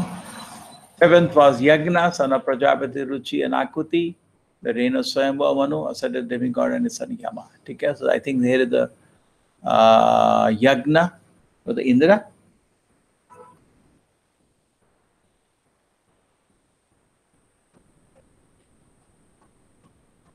Yeah, Indra. He took the post of Indra. There was no Indra qualified, so he took the Lord to the incarnation, and his name was Yagna at that time.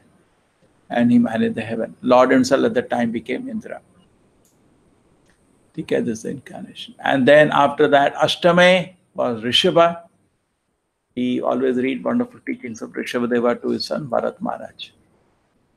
Then Prithu, we know, came with his wife. And they were born, and see, this is the coronation of Prithu Maharaj. You have seen this, Prabhuji?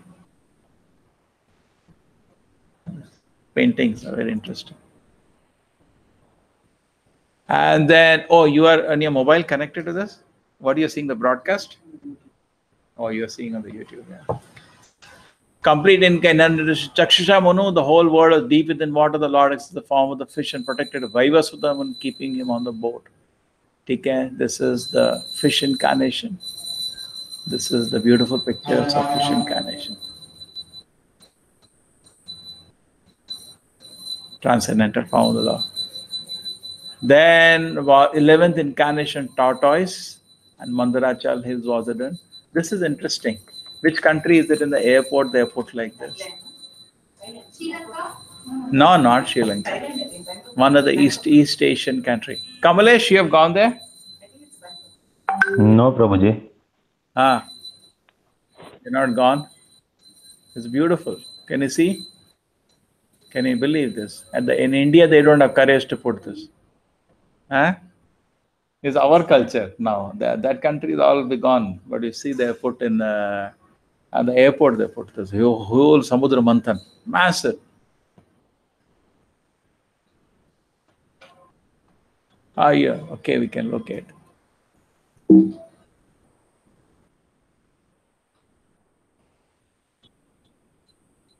Okay, and then in the 12th incarnation, Dhanvantari, yeah, he gave the nectar. Then Mohini. And after the 14th incarnation, Nisimha.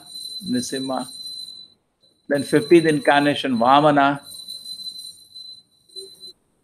Then 16th incarnation, Bhrigupati, Bhrigupati. Okay, here it is Bhrigupati. He used to fight at the speed of mind. Before you lift weapon, your head is cut. And then Vyasadeva. We have so many pictures of Vyasadeva. Then Rama. That's very famous. Then 19th, the 20th incarnation as Balaram and Krishna. Krishna and Balaram. Then in the beginning of Kali Yuga, he comes as Buddha in the province of Gaya. Then 2 yugas, it is a Kalki. Okay. Then it talks all these incarnations are Kalapamsa, Krishnastu Bhagavan Swayam. Krishna is the original personality of Godhead. Okay, that's what we discussed, and there was a big purport. Among Bhaumam is Krishna is one without a second. In the Bhagavad Gita, the Lord emphatically declares there is no truth greater than him. Matta paratara na anyat. Okay. Learned scholars, trans-subjects have carefully analyzed Samabhama Krishna to have 64 principal qualities. Then was the blessing who carefully decide the mysterious appearances and disappearances of the Lord in devotion in the morning and in the evening get relief from all miseries of life. So everybody is blessed. The conception now talk after this incarnation, there is talk about Virat Rupa, not listed in the list because he is not an incarnation. Virat Rupa is just like I have a body, the Lord takes a body, the universe has his body. I am conscious what is happening within my body. God is conscious happening within the whole universe. 30th. And 31st. The clouds and dust are carried by air, but people think the air is dusty, the sky is cloudy. It's not true, because similarly the soul never becomes polluted. Okay, so we don't put material bodily concept to the spirits. We think the soul is having this body. No, this body is separate, soul is separate. Soul always remains pure. From this gross conception form, in another subtle conception of form which is without formal shape and unseen, unheard, and unheard. The living being has this form beyond the subtlety, the other they do not have. So beyond the gross form, we have the subtle spiritual form. Correct?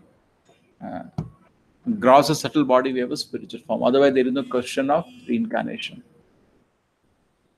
Whenever a person experiences by self-relation, both the gross subtle body have nothing to do with the pure soul, at that time he sees himself as well as the Lord. Okay? So pure self has nothing to do with the subtle body and the gross body. He is liberated. That's like this is the coconut. When it dries up, it separates from the coconut shell. So we also separate from the body and the subtle body. Then we are liberated. Correct? Till the time I am identifying with the body and subtle body, I am an illusion. When I can disidentify, I am liberated at the moment. If the illusory energy subsides and the living entity becomes fully energy knowledge by the grace of the Lord, then it becomes at once enlightened self-relation that becomes situated in the own glory. Till that we did. 34th we have done? No. 33 only we have done, Prabhuji. 32. 31 and 32. 33 is done, Prabhuji. 34 we'll have to do now. Okay, 33. So what do? We have energy to finish the chapter? Up to 30, it looks like discussions about God. 31, the topic is switching towards the soul. Self. Yeah. Good. My notes. Let me open. I have a notes. They have spent time and studied 1.3.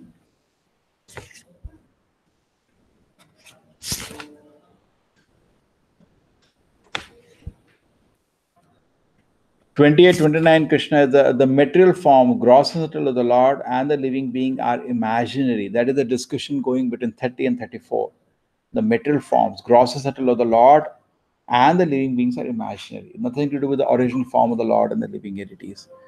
Okay. The next 35 to 39 is describing and understanding the Lord.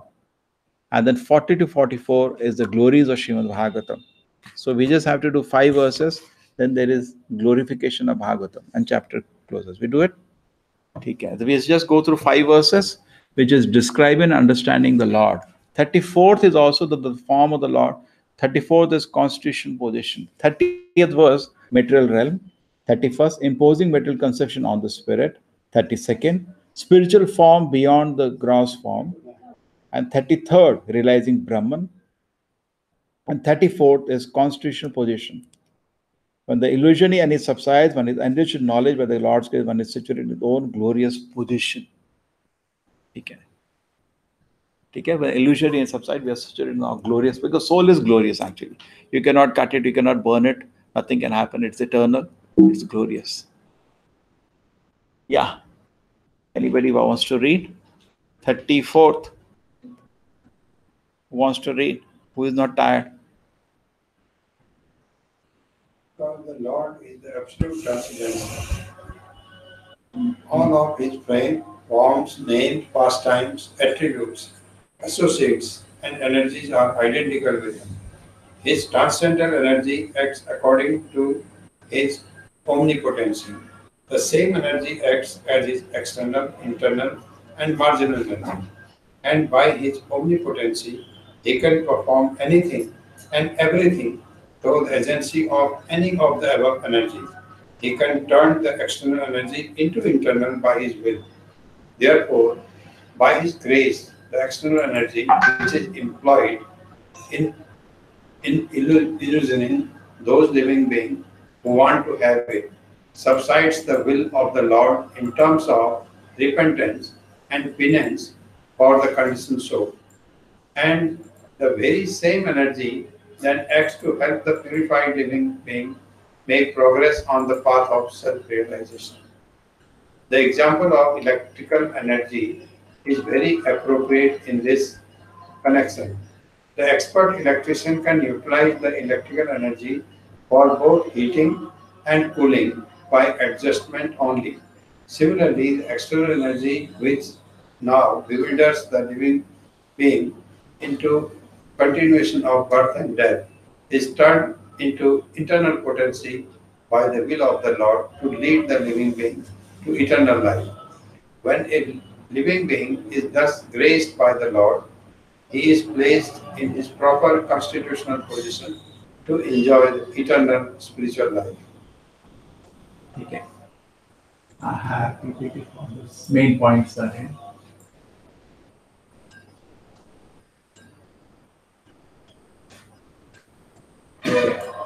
because the 5 points say Lord is absolute, transcendent, all his name forms are identical. Okay? Krishna is transcendental, so his name, form, pastime, attribute, everything is transcendental.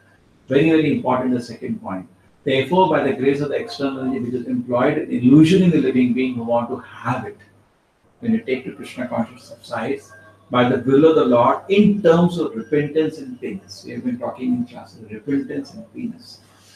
How much sincere we are repentant about our sins clarification, how much tapasya we are doing to come to spiritual life of the conditions. So with omnipotence, he can form anything and everything through the agency of any of the energies. The same energy puts a living into illusion, the same can take it back to God. This Yogumaya Mahamaya is actually one. Basically, it's Yogamaya. It can turn as Mahamaya or it can take it. The living is thus grace of the Lord is placed in the proper constitution and enjoy eternal spirituality. So we have to opposite win the trust of Krishna that I am sincere to come back to his lotus feet.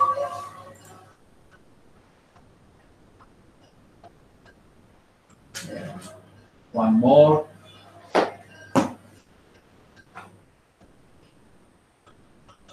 This is 34. This is now we come to the 5 verses, 35 to 39, that is describing and understanding the Lord.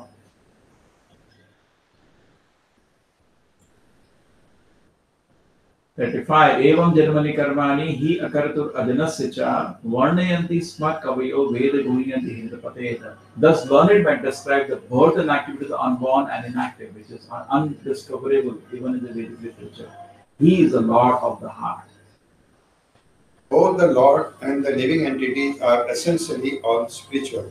Therefore, both of them are eternal and neither of them has birth and death. The difference is that the so-called birth and disappearance of the Lord are unlike those of the living beings.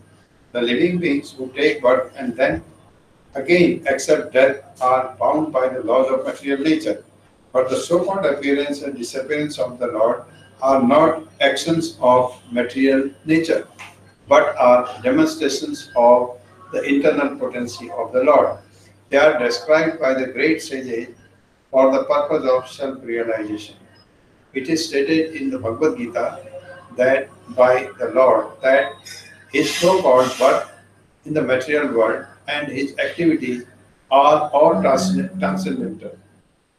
And simply by meditation on such activities, one can attain realization of Brahman and thus become liberated from material bondage. In the Srutis, it is said that birthless appears to take birth. The Supreme has nothing to do, but because he is omnipotent, everything is performed by him naturally, as if done automatically.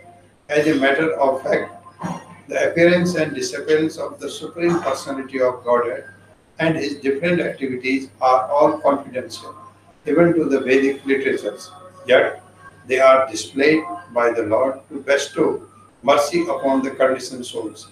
We should always take advantage of the narrations of the activities of the Lord, which are meditations on Brahma in the most convenient and palatable form. Activities of the Lord of Brahman in the most convenient and the palatable form. Easy. And then directly meditating Brahman is there, which is unmanifested, which cannot be seen, which cannot be heard, which cannot be described. But here it's very easy when you hear Krishna Leela from meditating on Brahman. He is Parabrahman. Living entities take birth and death are bound, but the appearance and activities of the Lord are not pushing on the Maya, has no role to play. They are acted out of Yoga Maya of the Lord, internal potencies. Okay. Are all transcendent. Krishna's activities are totally transcendent. Okay, we go to the next. Sava idam vishram amoga leela shiditi avati attina sadite asmin bhute shichantar hita atmatantra shadvargikam jigrahati shadguneshu gunesha. The Lord of the activities are always spotless, the master of the six senses and is fully omnipotent with six opulences. He creates the manifested universe and maintains and annihilates them without being in the least effective. He is within every living being and is always independent. Kamlesh, you ready? Yes, Prabhuji. Read. The prime difference between the Lord and the living entities is that the Lord is the creator and the living entities are the created. Here he is called the Amogha Leela, which indicates that there is nothing lamentable in his creation. Those who create disturbance in his creation are themselves disturbed. He is transcendental to all material afflictions because he is full with all six opulences, namely wealth, power, fame, beauty, knowledge, and renunciation. And thus, he is the master of the senses. He creates these manifested universes in order to reclaim the living beings who are within them suffering threefold miseries, maintains them, and in due course annihilates them without being the least affected by such actions. He is connected with this material creation very superficially, as one smells odor without being connected with the odorous article. Non-godly elements therefore can never approach him despite all endeavors. Okay, so there were 6 things here. He has a spotless pastime, Amogalila, very nice line. There is nothing lamentable in kingdom of God. You see, Krishna, he is managing the whole universe, is always smiling. We should also smile. Correct? He knows everything that's happening, still he is smiling. There was nothing lamentable is happening in his kingdom. There is all happiness. And he creates, maintains, and destroys the universes, but remains unaffected. He's not affected too. Just like a rain falls, the vegetation comes. Rain is not affected. He's situated within everyone. Okay? He's independent and has 6 opulences. And is the master of the 6 senses. There were the 6 things mentioned in this verse. Okay? Huh? Shad Guneshaha, master of the 6 senses. Guna Ishaha. With the 6 senses, which include the mind, he should be served. Therefore, he is the master of the senses. The senses belong to him. It is his creation. It should be used for his service. Like something belongs to you. It should be used for you, isn't it? The senses should be used for his pleasure. Clear, no? Anything I have, I want to enjoy it. Even legally, when you get a property, they say you are the owner and enjoyer of this property. True? Legally, people are right. So you are the enjoyer. Nachasya kashin nipunena dharatur avait jantur kamuk kumanishat utihi namani rupani manovachobihi santanvato natacharyam ivagnaha. The foolish with the poor fund of knowledge cannot know the transcendental nature of the forms, names, and activities of the Lord, who is playing like an actor in a drama, nor can they express such things neither in the speculation nor in the word. Kamalesh, continue. Yes, Prabhu. No one can properly describe the transcendental nature of the absolute truth. Therefore, it is said that he is beyond the expression of mind and speech. And yet, there are some men with a poor fund of knowledge who desires to understand the absolute truth by imperfect material speculation and faulty description of his activities. To the layman, his activities, appearance and disappearance, his names, his forms, his paraphernalia, his personalities, and all things in relation with him are mysterious. There are 2 classes of materialists, namely the fruitive workers and the empiric philosophers. The fruitive workers have practically no information of the absolute truth, and the mental speculators, after being frustrated in fruitive activities, turn their faces towards the absolute truth and try to know him by mental speculation. And for all these men, the absolute truth is a mystery. As the jugglery of the magician is a mystery to children, being deceived by the jugglery of the Supreme Being, the non-devotees who may be very dexterous in fruitive work and mental speculation are always in ignorance. With such limited knowledge, they are unable to penetrate into the mysterious regions of transcendence. The mental speculators are a little more progressive than the gross materialists or the fruitive workers. But because they are also within the grip of illusion, they take it for granted that anything which has form, a name, and activities is but a product of material energy. For them, the Supreme Spirit is formless, nameless, and inactive. And because such mental speculators equalize the transcendental name and form of the Lord with mundane names and form, they are in fact in ignorance. With such a poor fund of knowledge, there is no access to the real nature of the Supreme Being. As stated in Bhagavad Gita, the Lord is always in a transcendental position, even when he is within the material world, but ignorant men consider the Lord one with the great personalities of the world, and thus they are misled by the illusionary energy. Very important. Avajananti mahamudha manushim tarumashritam param bhavam avajanantu. Krishna says, they do not know my transcendental nature.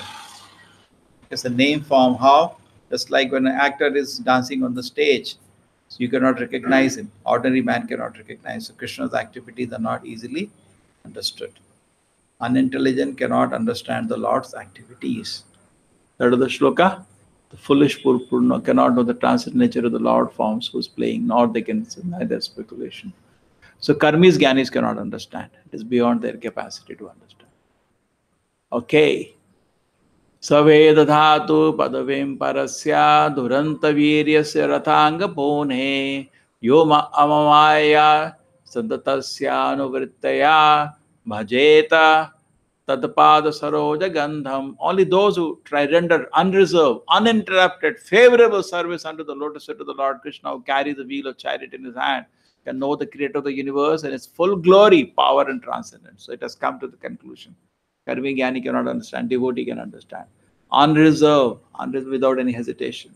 Uninterrupted, favorable service unto the lotus feet of the Lord. Only the pure devotees can know the transcendental name, form, and activities of the Lord due to their being completely free from the reactions of fruitive work and mental speculation. The pure devotees have nothing to derive as personal profit from their unalloyed service to the Lord. They render incessant service to the Lord spontaneously without any reservation. Everyone within the creation of the Lord is rendering service to the Lord indirectly or directly. No one is an exception to this law of the Lord. Those who are rendering service indirectly, being forced by the illusory agent of the Lord, are rendering service unto him unfavorably. But those who are rendering service unto him directly under the direction of his beloved agent are rendering service unto him favorably. Such favorable servitors are devotees of the Lord, and by the grace of the Lord, they can enter into the mysterious region of transcendence by the mercy of the Lord. But the mental speculators remain in darkness all the time. As stated in Bhagavad Gita, the Lord himself guides the pure devotees towards the path of realization due to their constant engagement in the loving service of the Lord in spontaneous affection. That is the secret of entering into the kingdom of the God. Fruitive activities and speculations are no qualification for entering. So only by bhakti amam vijanati, only by devotion we can know. So it is said that Dhatu, the creator, can be understood, who holds the chariot feet, Rathanga Pani. By what? Who understands devotion service? Amaya, unreserved, uninterrupted, that is Santataya, favorable, Anuvrittaya. Three qualities of devotion service, then offered to Krishna's lotus feet, Krishna will reveal himself. Atah Shri Krishna Namadi Nam Bhagavad Grahimindriye Sevantu Ke Jivadu Swayame Vaskurate Raha. Nothing can be understood about the Lord by our own senses. When you develop a service attitude, Krishna reveals himself.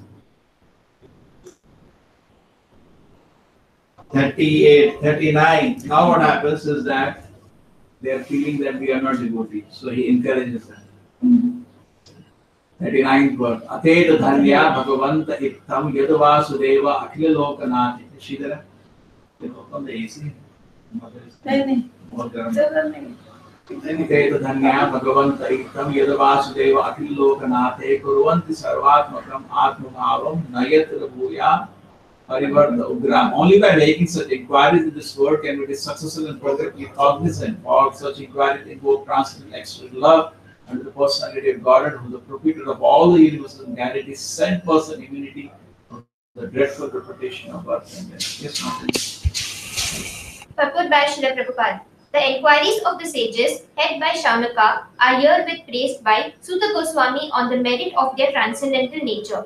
As already concluded, only the devotees of the Lord can know him to a considerable extent, and no one else can know him at all. So the devotees are perfectly cognizant of all spiritual knowledge. The personality of Godhead is the last word in the absolute truth. Impersonal Brahman and localized Paramatma, that is the super soul, are included in the knowledge of the personality of Godhead.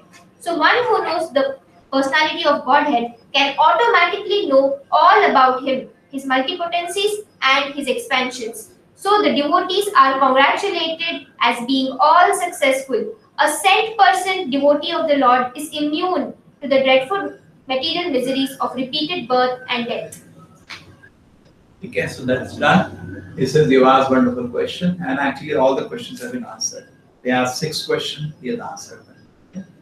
The sentence is so nice. The devotees are congratulated as being all successful. As congratulated as?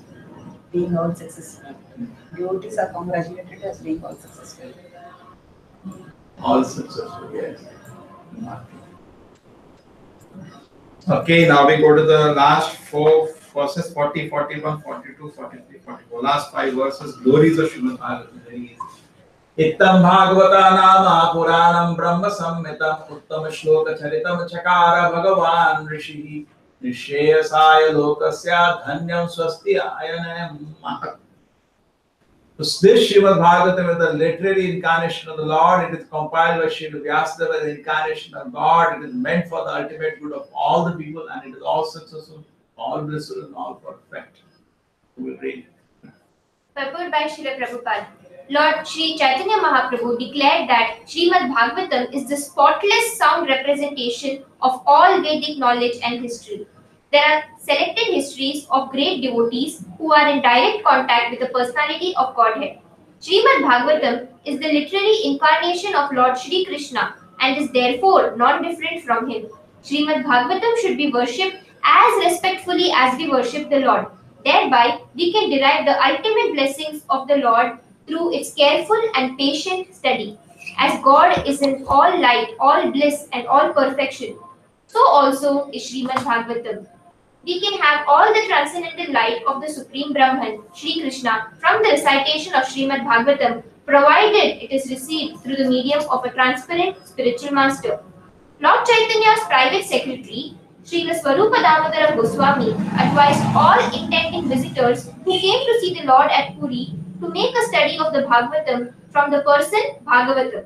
Person Bhagavatam is a self-realized, bona fide spiritual master, and through him only we can understand the lessons of Bhagavatam in order to receive the desired result. One can derive from the study of Bhagavatam all benefits that are possible to be derived from the personal presence of the Lord. It carries with it all transcendental blessings of Lord Shri Krishna, and we can expect from his personal contact. That we can expect. We can expect. So when you meet Krishna, what blessings you get? Same you can get by reading Bhagavatam. As good as meeting Krishna. Huh? Understood? Even chanting Hare Krishna is like that.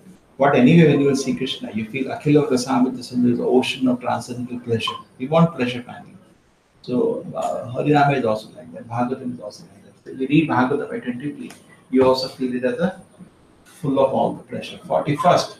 Tadidam grahinam asa sutam atmatam varam sarva vede vedeti hasanam saram samudritam. Srila Vyasa delivered it to his son, who was the most respected among the self-realized, and after extracting the cream of Vedic literature and histories of the universe. Continue. Purport by Srila Prabhupada. Men with a poor fund of knowledge only accept the history of the world from the time of Buddha, or since 600 BC. And prior to this period, all histories mentioned in the scriptures are calculated by them to be only imaginary stories. That is not a fact. All the stories mentioned in the Puranas and the Mahabharata, etc., are actual histories, not only of this planet but also of millions of other planets within the universe.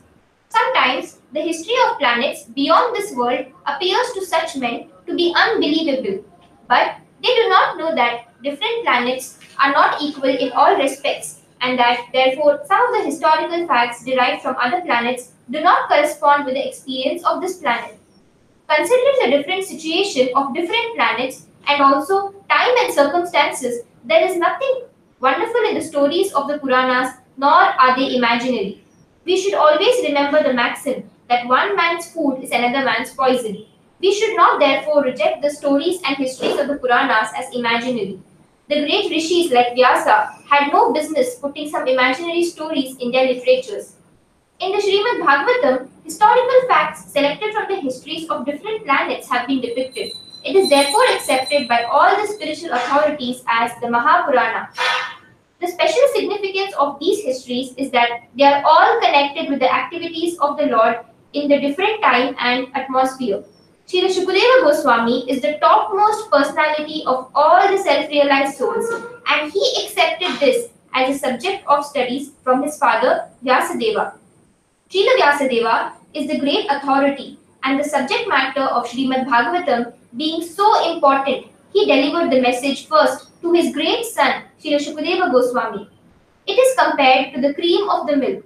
Vedic literature is like the milk ocean of knowledge.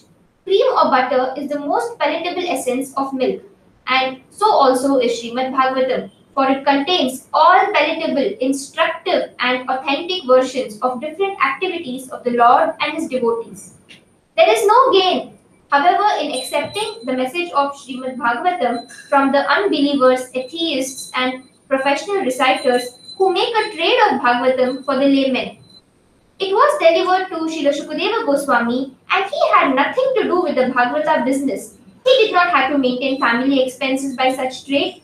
Srimad Bhagavatam should therefore be received from the representative of Shukadeva, who must be in the renounced order of life without family encumbrance. Milk is undoubtedly very good and nourishing, but when it is touched by the mouth of a snake, it is no longer nourishing. Rather, it becomes a source of death.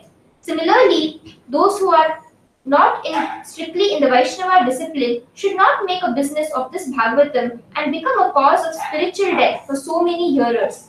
In the Bhagavad Gita, the Lord says that the purpose of the Vedas is to know Him, that is Lord Krishna, and Srimad Bhagavatam is Lord Krishna himself in the form of recorded knowledge. Therefore, it is the cream of all the Vedas, and it contains all historical facts of all times in relation with Sri Krishna.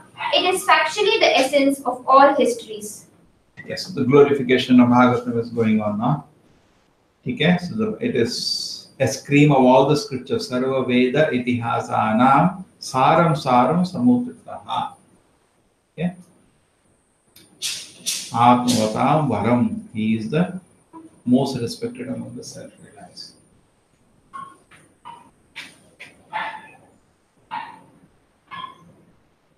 And then somebody was telling, I am distributing spiritual knowledge. Somebody told him, be careful. You can be Putana instead of Mohini Murti. Somebody saying, I am a Mohini Murti, I am distributing spiritual knowledge. He said, that's good, but if you are not following, then you are not Mohini, you are a Putana. You will cause death instead of nectar. So definitely, when we are trying to serve Krishna, we can give benefit. This is 41st, 42nd, 43, 44. 42nd. Shukadeva Goswami, the son of Vyasadeva, in his turn, delivered the Bhagavad, the great emperor Parikshit, who sat surrounded a seat on the bank of the Ganges, awaiting them without taking food or drink. Yes. All the transcendental messages are received properly in the chain of disciplic succession. This disciplic succession is called parampara. Unless therefore Bhagavatam or any Vedic literature are received through the parampara system, the reception of knowledge is not bona fide. Vyasdeva delivered the message of Shukdev to Shukdev Goswami, and from Shukdev Goswami, Sud Goswami received the message. One should therefore receive the message of Bhagavatam from Sud Goswami or from his representative and not from any irrelevant interpreter. Emperor Parikshit received the information of his death in time, and he at once left his kingdom and family and sat down on the bank of Ganges to fast till death. All great sages, rishis, philosophers, mystics, etc. went there due to his imperial position. They offered many suggestions about his immediate duty, and at last it was settled that he would hear from Shukdev Goswami about Lord Krishna. Thus the Bhagavatam was spoken to him. Sripad Shankaracharya, who preached Mayavad philosophy and stressed the impersonal feature of the Absolute, also recommended that one must take shelter at the lotus feet of Lord Krishna, for there is no hope of gain from debating. Indirectly, Sripad Shankaracharya admitted that what he had preached in the flowery grammatical interpretation of the Vedanta Sutra cannot help one at the time of death. At the critical hours of death, one must recite the name of Govinda. This is the recommendation of all great transcendentalists. Sukadeva Goswami had long ago stated the same truth that at the end one must remember Narayana. This is the essence of spiritual activities. In pursuance of this eternal truth, Srimad Bhagavatam was heard by Emperor Parikshit and it was recited by the able Sukadeva Goswami, and both the speaker and the receiver of the messages of Bhagavatam were duly delivered by the same medium. One by Shravanam, one by Kirtanam, and the importance to Parampara here. The Prabhupada says Parampara is very important. We should hear in Parampara. Okay? And Shankaracharya also said, Bhaja Govindam, Bhaja Govindam, Bhaja Govindam, Mudamate, Samprapte, Sanekale, Nahani Rakshata, Dukrina Karna. This grammatical things do not help you. You surrender to Govinda. Okay. So anyway, he was the king, so a lot of people came to give him suggestion. Finally, it was settled that Shukamuni will speak and he will take the benefit. This is the answer to the sixth question. There were 6 questions and all the 6 have been answered now. The last question is answered. Krishna Sodhama Upagate Dharma Jnana Divi Saha Kalau Nashta Dasham Esha Puranarko Adunoditaha.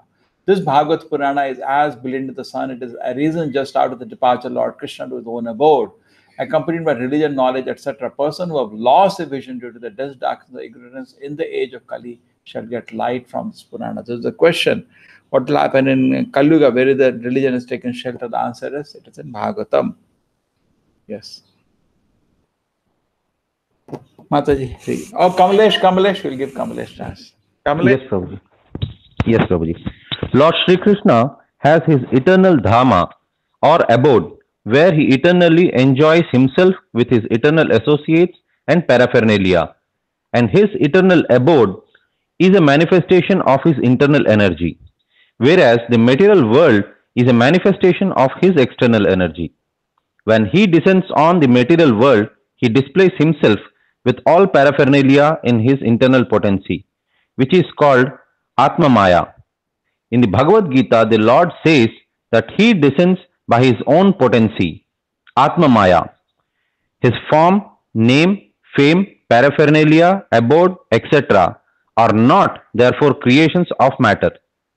He descends to reclaim the fallen souls and to re-establish codes of religion which are directly enacted by him. Except for God, no one can establish the principles of religion.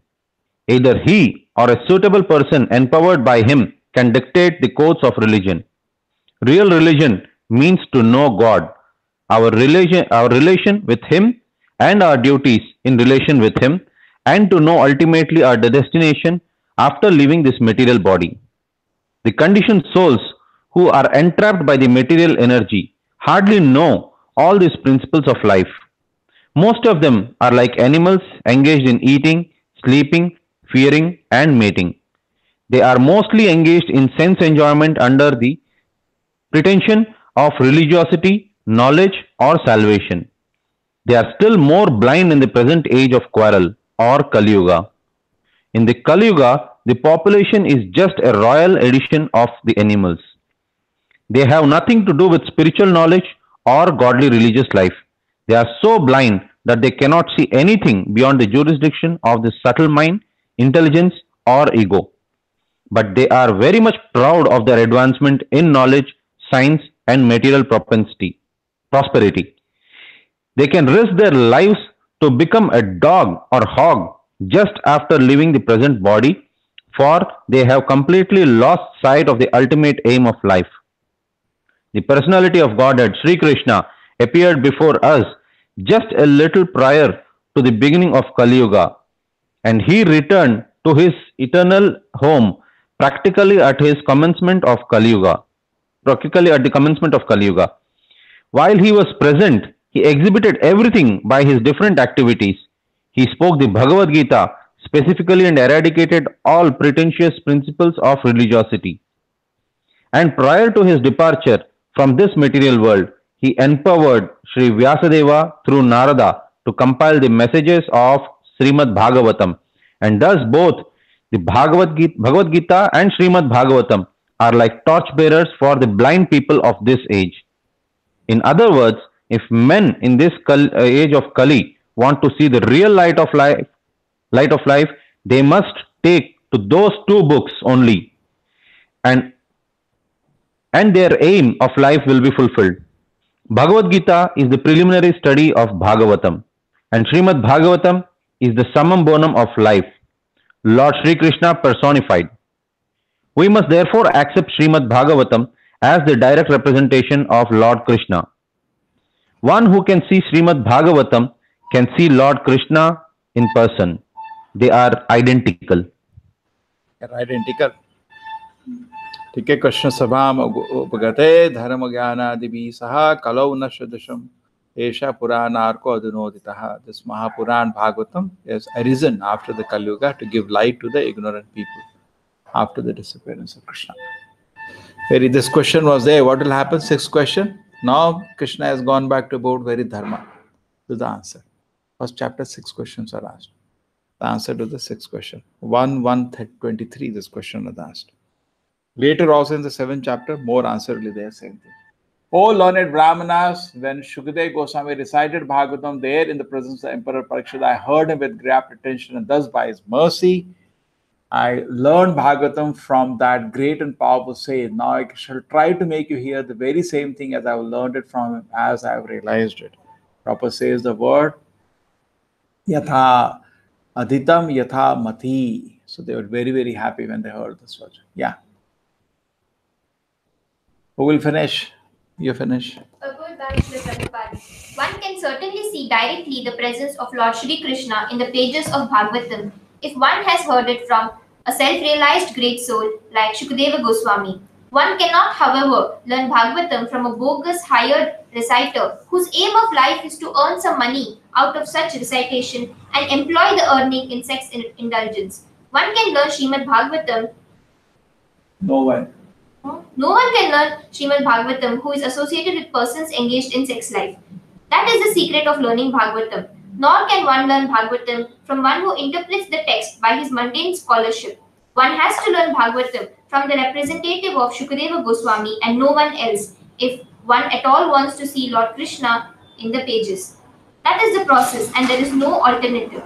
Suta Goswami is a bona fide representative of Shukadeva Goswami because he wants to present the message which he received from the great learned Brahmana. Shukadeva Goswami presented Bhagavatam as he heard it from the great father, from his great father, and so also Suta Goswami is presenting Srimad Bhagavatam as he heard it from Shukadeva Goswami. Simple hearing is not all. One must realize the text with proper attention. The word Nivishta means that Suta Goswami drank the juice of Bhagavatam through his ears. That is the real process of receiving Bhagavatam. One should hear with rapt attention from the real person, and then he can at once realize the presence of Lord Krishna in every page. The secret of knowing Bhagavatam is mentioned here. No one can give rapt attention who is not pure in mind. No one can be pure in mind who is not pure in action. No one can be pure in action who is not pure in eating, sleeping, fearing and mating. But somehow or other, if one hears with rapt attention from the right person at the very beginning, one can assuredly see Lord Krishna in person in the pages of Bhagavatam. Thus ends the Bhaktivedanta purport of the first canto, 3rd chapter of Srimad Bhagavatam entitled Krishna is the source of all incarnations. Hare Krishna. So very nice it is. Chapter is finished. Ek aur chapter padhe. Sridhara, ready? The last 3 sentences are nice, Prabhu. Very nice. In fact, I use it for mind control. Yeah. So it says, see, point is you have to hear Bhagavatam with rapt attention. Then everything will go. But you cannot hear with rapt attention unless you are pure in mind. You cannot be pure in mind unless you are pure in eating, sleeping, waiting. So if your life is pure, then your activities are pure. Your activities are pure, your mind is pure. Your mind is pure, then you can hear with rapid attention. Correct? Even japa is like that. You cannot hear japa with rapid attention unless your mind is pure. Why mind is not pure? Activities are not pure. Correct? We always say you cannot jump into dustbin and come out clean. So we have to see the day is pure. Correct? So then mind is pure. When mind is pure, we can easily chant. So, okay, so it says you can see Krishna directly in the pages of Srimad Bhagavatam. Have you seen? Shridhara? Krishna in the pages of Bhagavatam. Just like holy name is not different from Krishna. When we chant, we can feel the presence. Adinattam Nama Namina, there is no difference between holy name and Krishna. So same way, there is no difference in Bhagavatam and Krishna is incarnation. Okay? Don't you feel so? What it says. See, what is there? It's a potentiality. Just like a holy name. You chant the holy name attentively, each shabda can take you to Krishna, correct? But you have to chant very attentively. Same way for Bhagavatam. If you hear Bhagavatam have attention, you will feel Krishna is there. Realize Krishna. And this is the best way. It says the second shloka of Bhagavatam, Dharma Provita Tvatra Parmo Nirma Saranam Stam Vedamasa Shivadam. You know this shloka, no? Tapatrivan Mulanam Srimad Bhagavate Mahamuni Prite Kimva Pareshwara Sadhyo Hridiya Vrite Vitarshana. It says Krishna will establish in the innermost core of your heart if you keep reading Bhagavatam. Yes, Prabhuji, how many books you distributed today? 3. Huh? 3 big and 10 small. Very nice. Nice. Met some Late nice. we went. Huh? Late we went. That's okay. We met many nice people. We invited them to temple. Yes, yes. Tell Every house you give the you can, where, which area? You went nearby only? Kadri. You invited them. You told the number or temple number? Yeah, all those things. Done. Take it.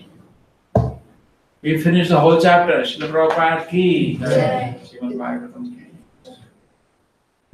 Okay, now my desire was this. I did something very interesting. Shridhar, give me the diary. Tell you now something interesting I did. In which I did the analysis. Can they hear? You are connected. Huh? You can hear. Oh, they can hear. Hare Krishna, Kamlesh.